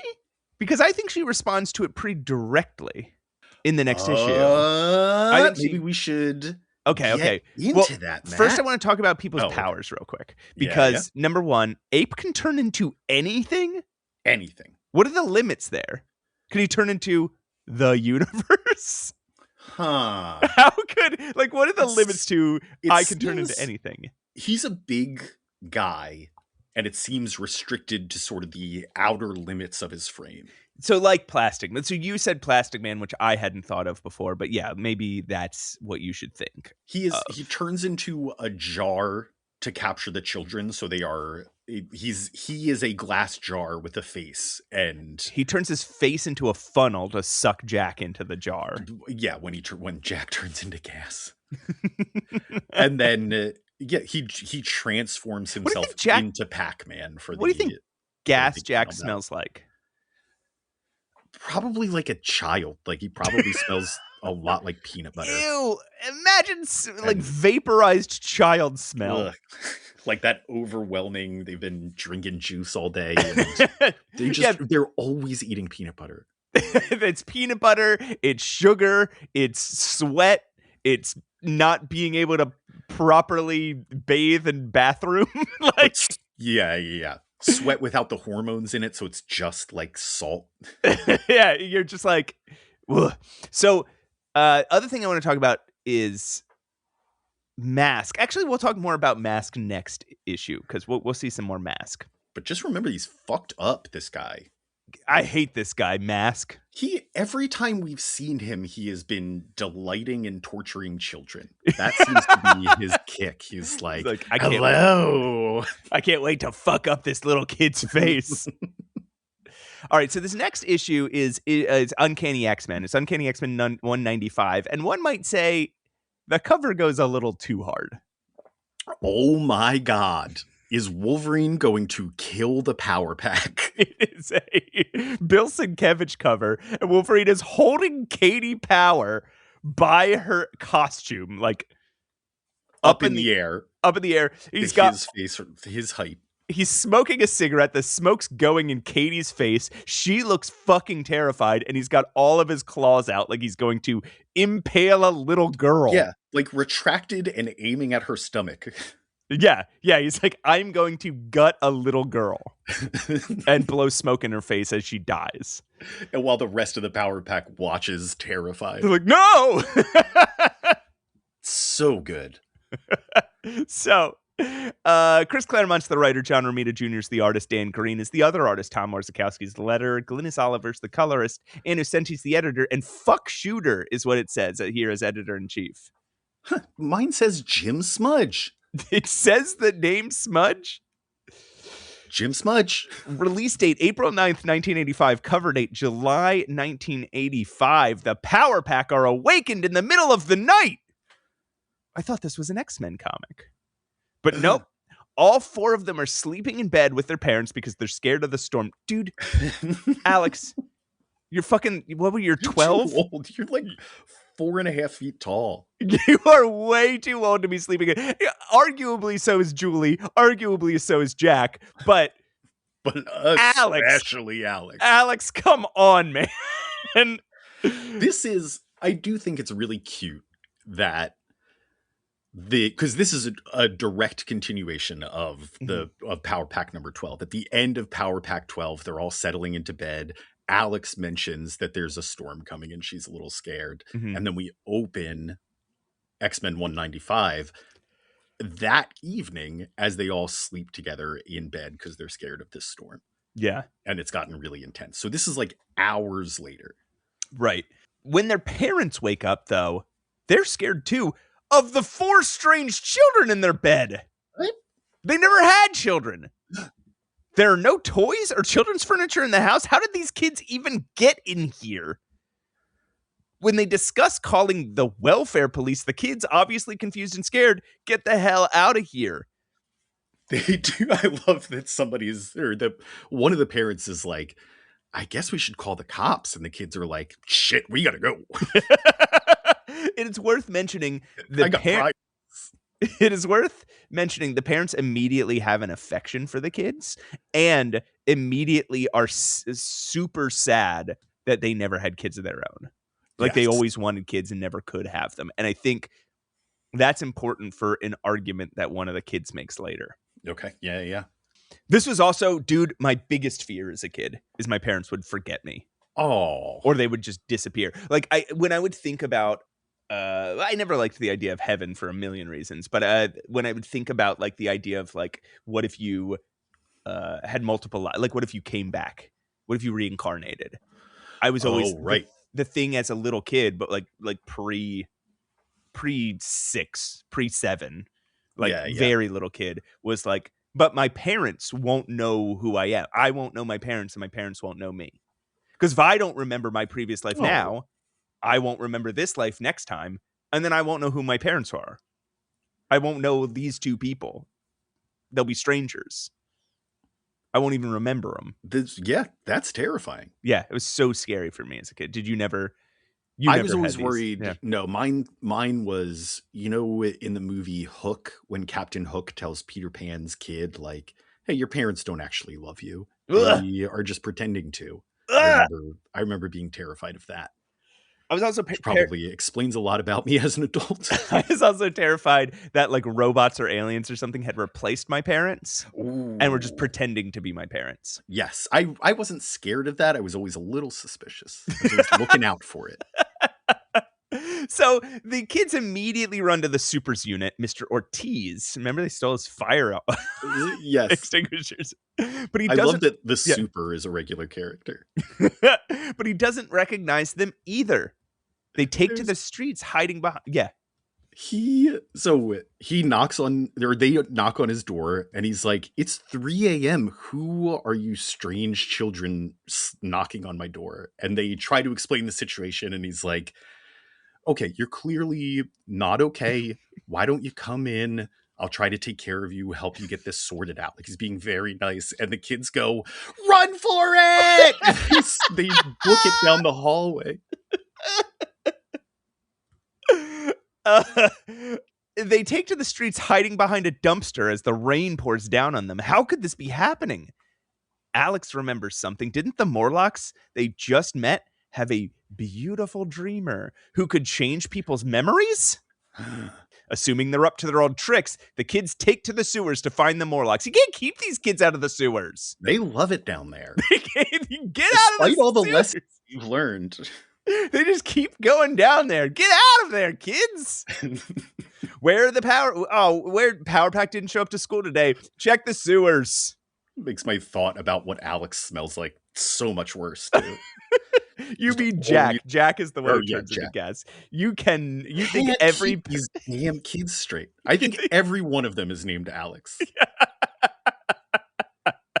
So also, how would Beautiful Dreamer do this? Like, okay, did she also get their teachers and their grandparents and their aunts and uncles? Like, how far does this go?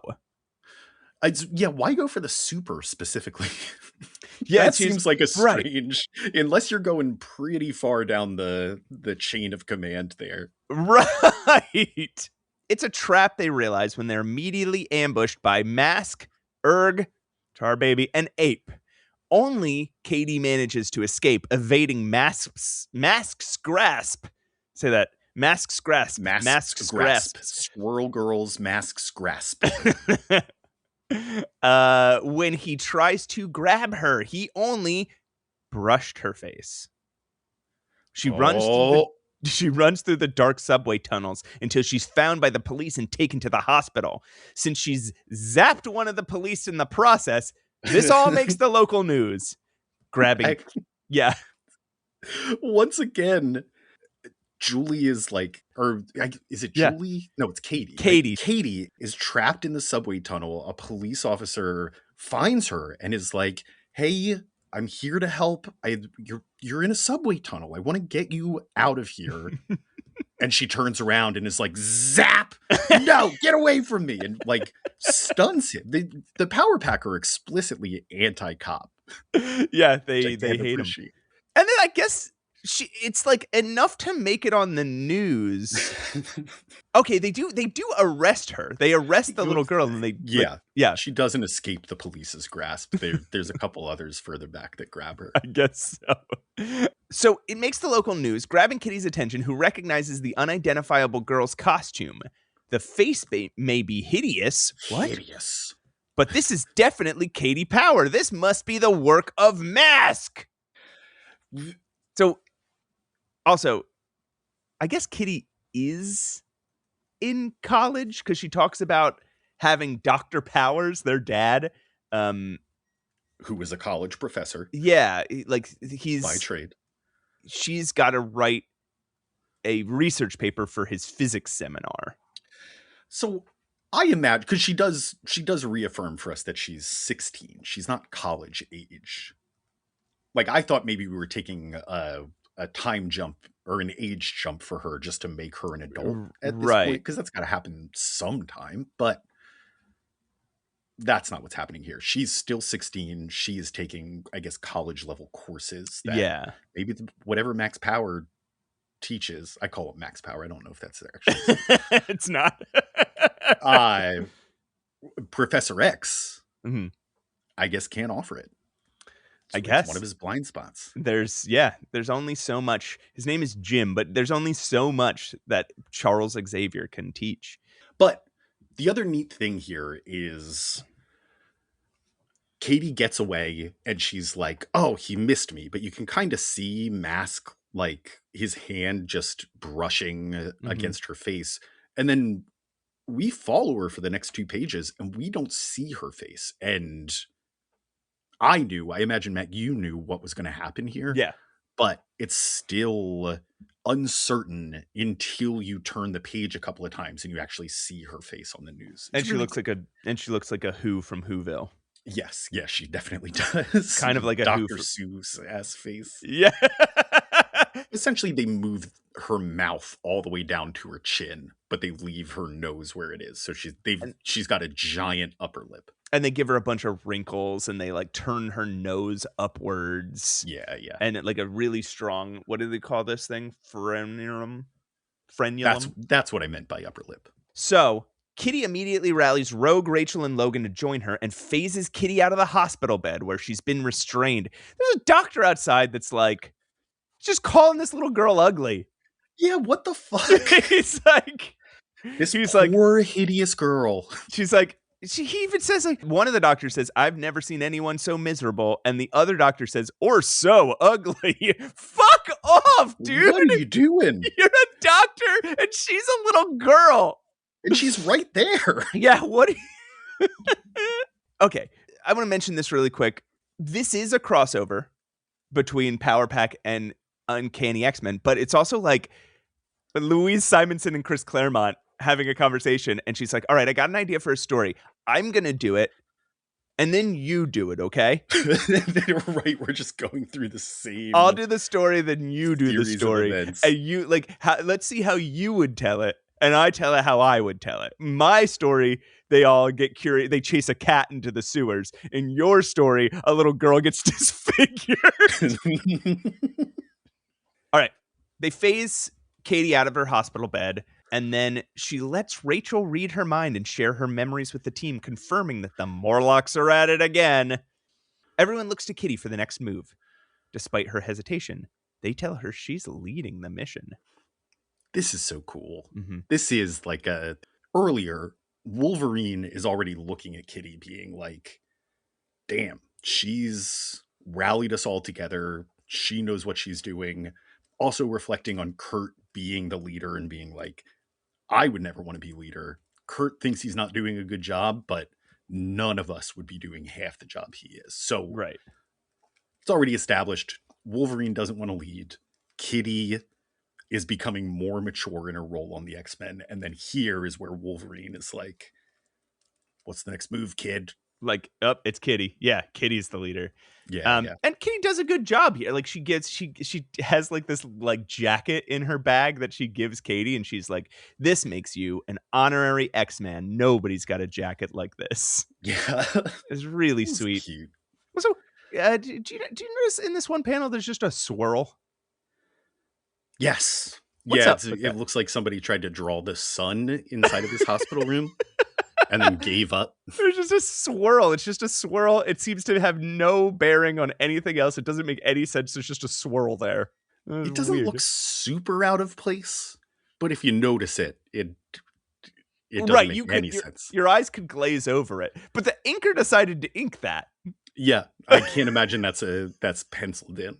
Even if it is, like, why would the inker be like, gotta go over this one? Kitty must be going crazy here, right? At this moment, she's like, fuck, just yesterday they did this. Yeah, didn't I just pull you out of the Morlock tunnels? Why did you go back? The Morlocks just did this literally yesterday. Yeah, and she's probably also being like, God damn, we let them go. They told us they learned their lesson. We have to stop doing this. And earlier that day, she was like, man, I am so busy. I've got a paper to write. I've got a danger room session. I've got all this stuff to do. And she has to just go do the same thing she did yesterday with the Morlocks. Yeah. Thank God all that power pack stuff is behind me.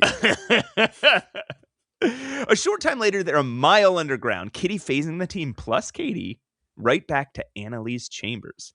They discover her room, now decorated with all of the Powers kids' furniture and toys. Okay, so this was the piece I couldn't connect in my mind. Is like, how did they get all the kids' furniture and toys out of there? Oh, they just brought other Morlocks along to move it out. Yeah, there must have been like a teleporting Morlock or a Morlock that eats furniture, has a void in their stomach, and then goes back and spits it all out. Like, who knows? A Morlock who's a moving van. That's what that's his name, Moving Van. Moving van. Mm-hmm. Annalie storms in just then, accompanied by 3 unfamiliar children. Or are they? Wolverine recognizes the power sent, despite all of their faces having been messed up by mask. This makes Katie so mad that she accidentally fires off a power ball. She's 5! Prompting the other power children to attack in defense of their, quote, mother, backed up by a horde of Morlocks. Yeah, so the other children have all been brainwashed by now. They are fighting Katie and the X-Men. A fight breaks loose. Wolverine is temporarily subdued when he decides not to kill a child, and Rogue runs into Leech with unexpected results. When he touches her, he goes unconscious, but she doesn't absorb any of him. She just loses all of her powers right in time for a bunch of bulky Morlocks to show up. All the big ones. She whips absolute ass anyway. Yes, she does. In another chamber, Kitty and Logan are punching the hell out of a lot of Morlocks.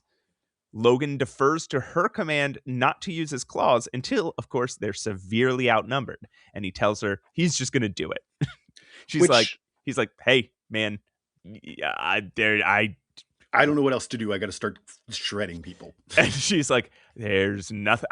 I understand, man. It's like, all right, dude, I can't stop you. There's nothing I can do about this. I'm not going to look, though. Bye. Good luck.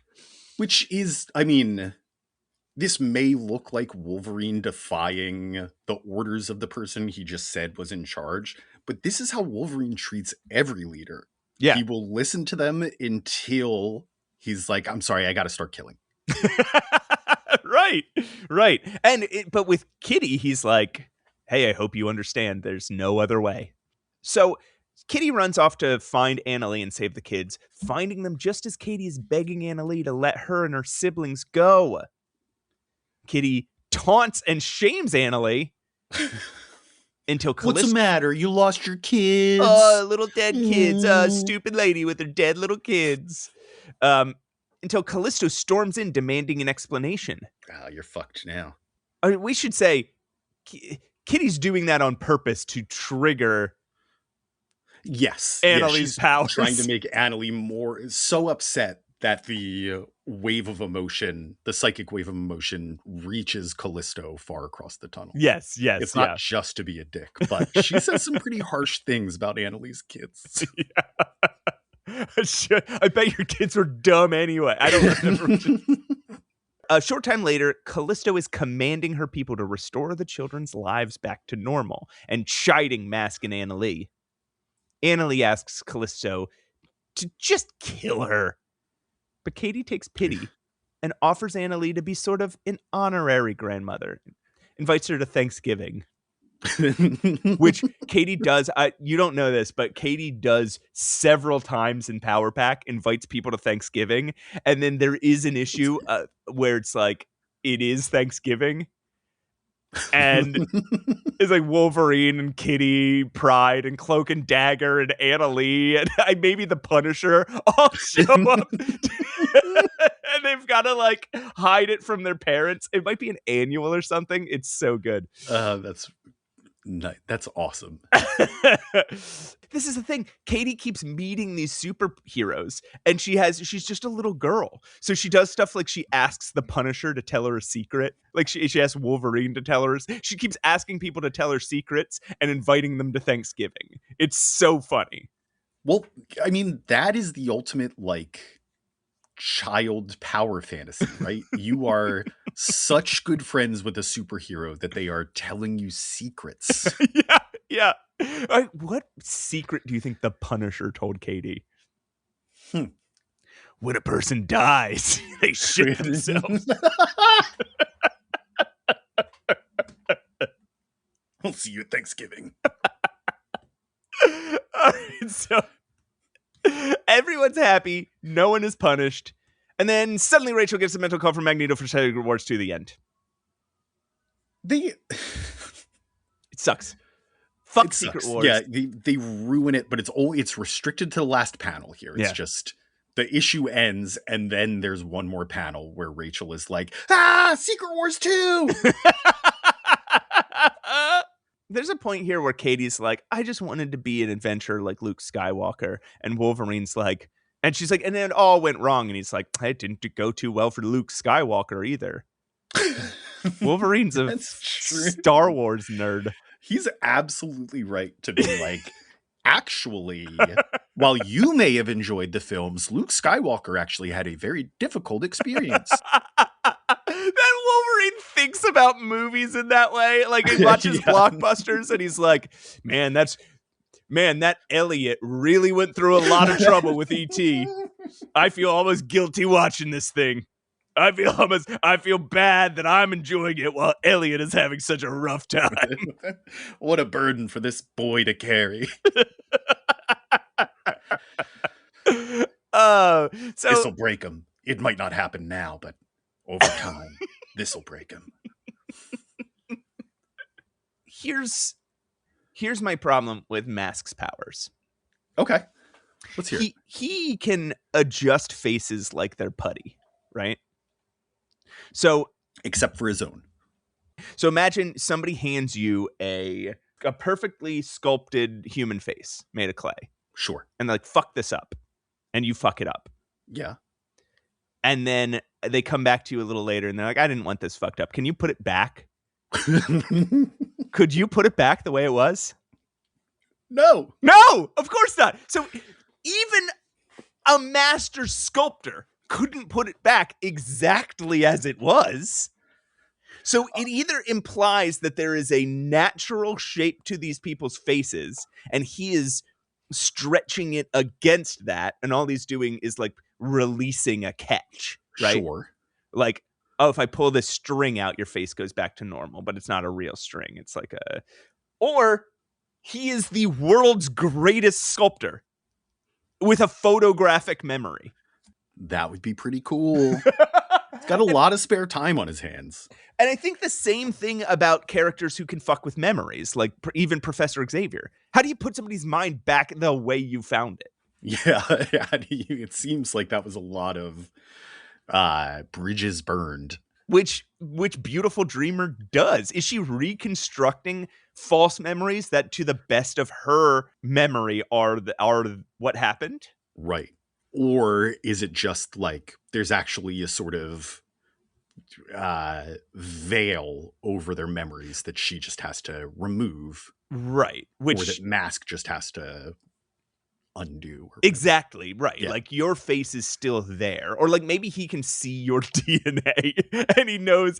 But then it's not just DNA though, because your face is your DNA plus the things that you've done to your body, the way you've lived between birth and now. Yeah, could he remove my pockmark? Yeah, I mean, I imagine he Why not? wouldn't, but he could. He would just mess up he would tell me he would, and then he would just mess up my face. I have a wrinkle between my two eyes that's like a bridge, and it like goes all the way across my nose. Yeah. Because of squinting when I was younger. Yeah. Because I didn't want to get I tell you all the time.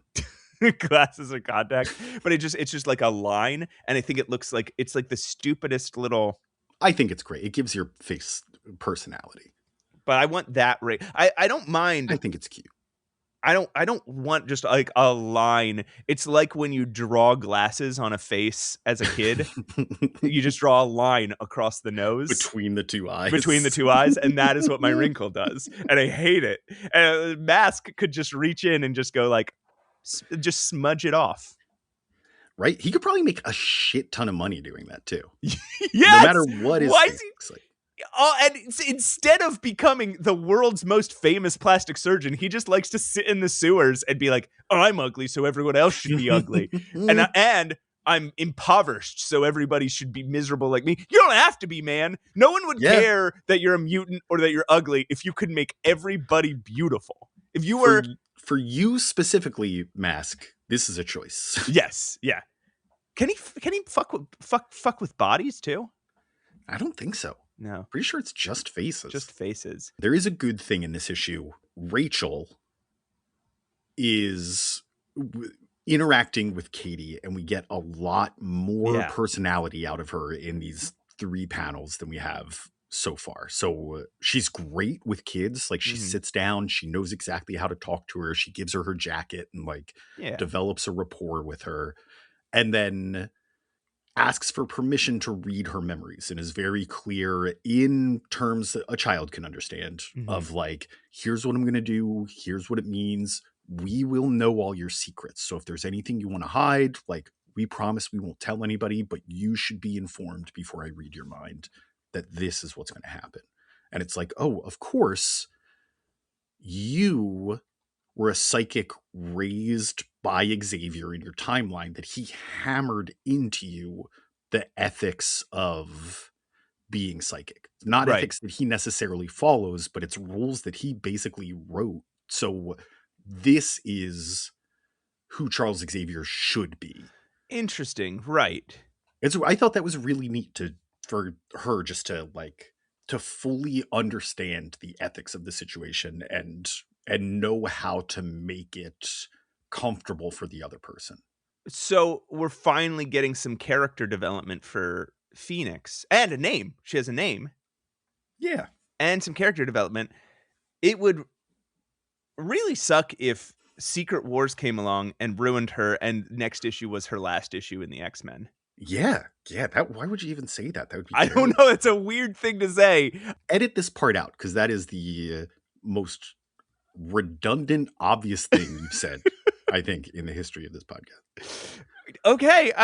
Of course I don't want a character that I finally like to disappear next issue because of an editorial mandate. So... I'm just saying, it was just a thought I had. I just had the thought and I felt like I had to share it with you. I'm sorry. Yeah. I hope I don't die tomorrow.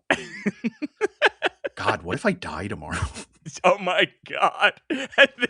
What would we do with that clip? Would I it would go viral for sure. We'd probably start getting some listens on this damn podcast. Would I let anybody hear it, or would I hide it because it would be too upsetting for people? Are you kidding me? You take you clip it, you cut it off exactly at the point where I say, oh God, what if I died tomorrow? And that's where the title card comes in. You tell people what episode it's from and they'll tune in. God. Be the funniest thing we ever did. Don't die tomorrow. I'm not going to. Well, God, what if I do? So, yeah, how do you feel about this? Honestly, I thought this was fine. Power Pack is for children. Again, it's not in a Toy Story sort of winking at the adults reading it way, more in a, I don't know, Barney or Paw Patrol sort of This is not, you are not going to enjoy this, but the concepts are interesting. Again, I love the interplay between Louise Simonson and Chris Claremont, because we know that they're friends, that they work very closely together. They kind of just told the same story twice, but the way that they make it work, the way that like in Power Pack, Kitty and Kurt are there because they're walking through Morlock tunnels from X-Men 194. In Power Pack 12, the kids are talking to their parents in the middle of the night because of the storm that was introduced in X-Men. Wait, I have my numbers. Anyway, they weave in Power them, Pack 12. They weave them together creatively, even though the continuity doesn't quite work. I think Power Pack and X-Men make a good combo. I think like the way that they interact with each other is very sweet, and I think they probably have a lot in common, right?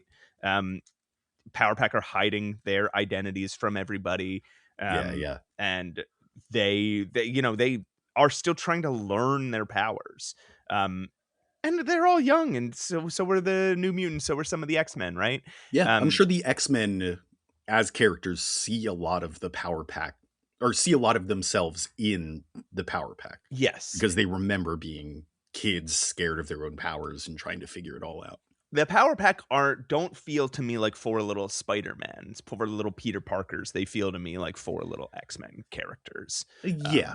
It is just, I just think it is such a funny idea that Louise Simonson and Chris Claremont were talking about how are we going to collaborate on a story together? And they're like, what if we just tell it twice? Yeah. What if we just get our two different takes on it and see what happens? I love one of the major differences is both end with one of the children giving a speech to somebody. Like they resolve it through talking to the bad guy and kind of de-escalating. In Louise Simonson's version, they talk like children. They're just like, you know what? My parents would be upset too. But in the Claremont version, they are giving wise, sage-like advice. Yeah. It's very long-winded. Like, well, when I was younger, there was a time when I felt like they just go on this long Shakespearean rant about love and what a familial relationship should be. There was one other thing that we have a dangling concept here that I forgot to follow up on, which is Katie or Julie in the Power Pack 12 told Anna Lee, like, our parents will be sad. Yeah. We'll miss our parents and our parents will miss us. So Anna Lee was like, oh, I can solve that. And that's why she did what she did in X-Men 195. Removed their memories. She was like, they won't be sad now.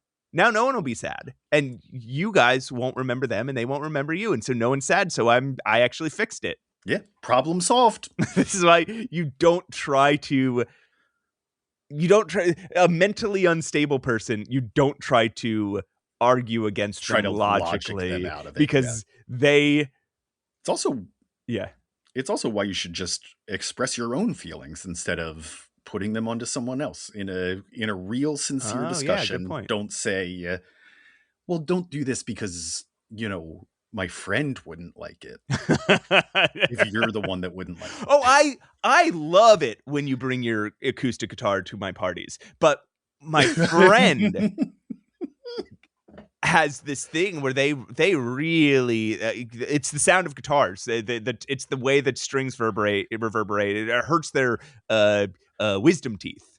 Oh, you know what? You remember that thing you said about your friend and acoustic guitars? Fully understood. I made him completely deaf. Keep got an eye out, stuff that you could buy out. If you had a time machine that you would like to try out, it can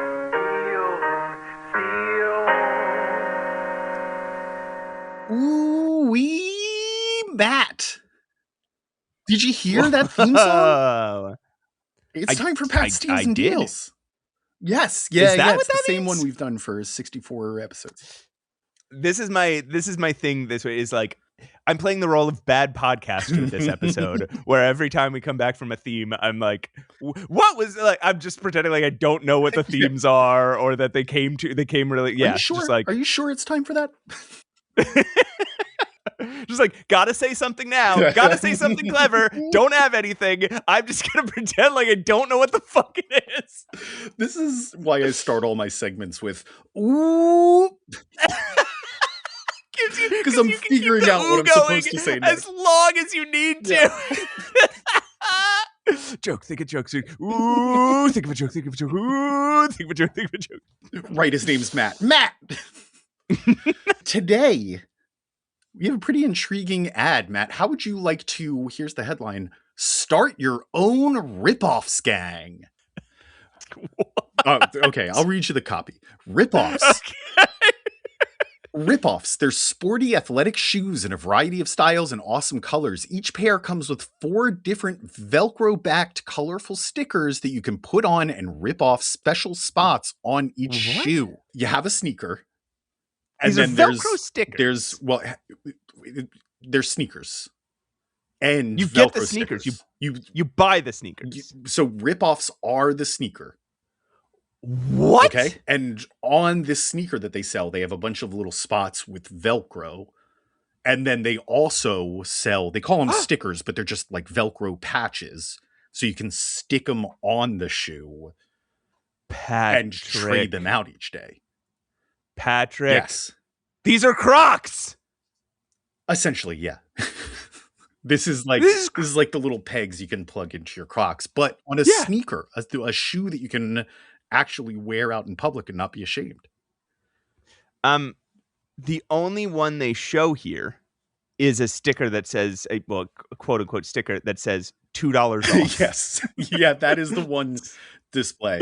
Because that's the one thing you don't want people to know about your stickers. Well, I don't think that's a real sticker, Matt. I'm pretty sure that's to let us know you can get $2 off using this ad. Rip off sneakers stickers. Let's look these up. Let's see what kind of ones. There's allegedly over 500. Okay. Yeah, this is impossible to fucking Google. Let's see who gets it first. Rip-offs sneakers. What the fuck? Yeah, folks, we are stumped on this one. Nothing is coming up. We paused for like an hour. Matt went to the library. You could still call the librarian and ask them to look stuff up for you, but she told me to shut up. She was like, "Hey, you sound cute. Why don't you come on down?" Yeah, she did. She had me come on down. So I kissed the librarian for about 30 minutes. Then I spent a little more time looking, and nothing. So if you know anything about these folks, rip-offs sneakers. If you started a rip-offs gang like they suggest here, I actually can't even find the fucking sneakers anywhere. I know. All we can find is the ads for this. What if you go to eBay? Did these exist? Yeah, right. That's what I'm wondering.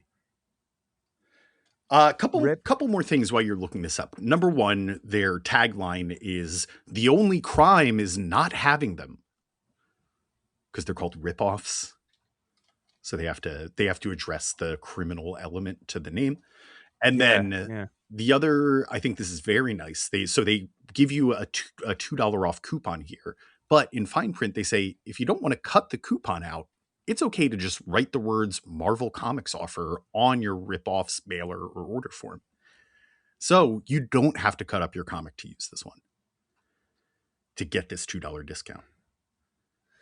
This is unbelievable. Even on eBay,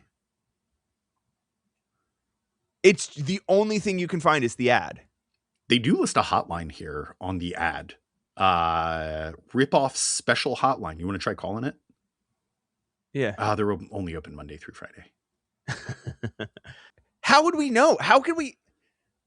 I'm losing it, man. Yeah, I know. This is hard for you to process that you can't find more information on this. You gonna be okay? No, because I want to see what all the stickers are. This is driving me nuts. All right, well, yeah, Pat, folks. All right, Pat, deal. Assuming they ever actually existed. Deal. I will buy. I will buy these from you. Now you have to produce them. All right.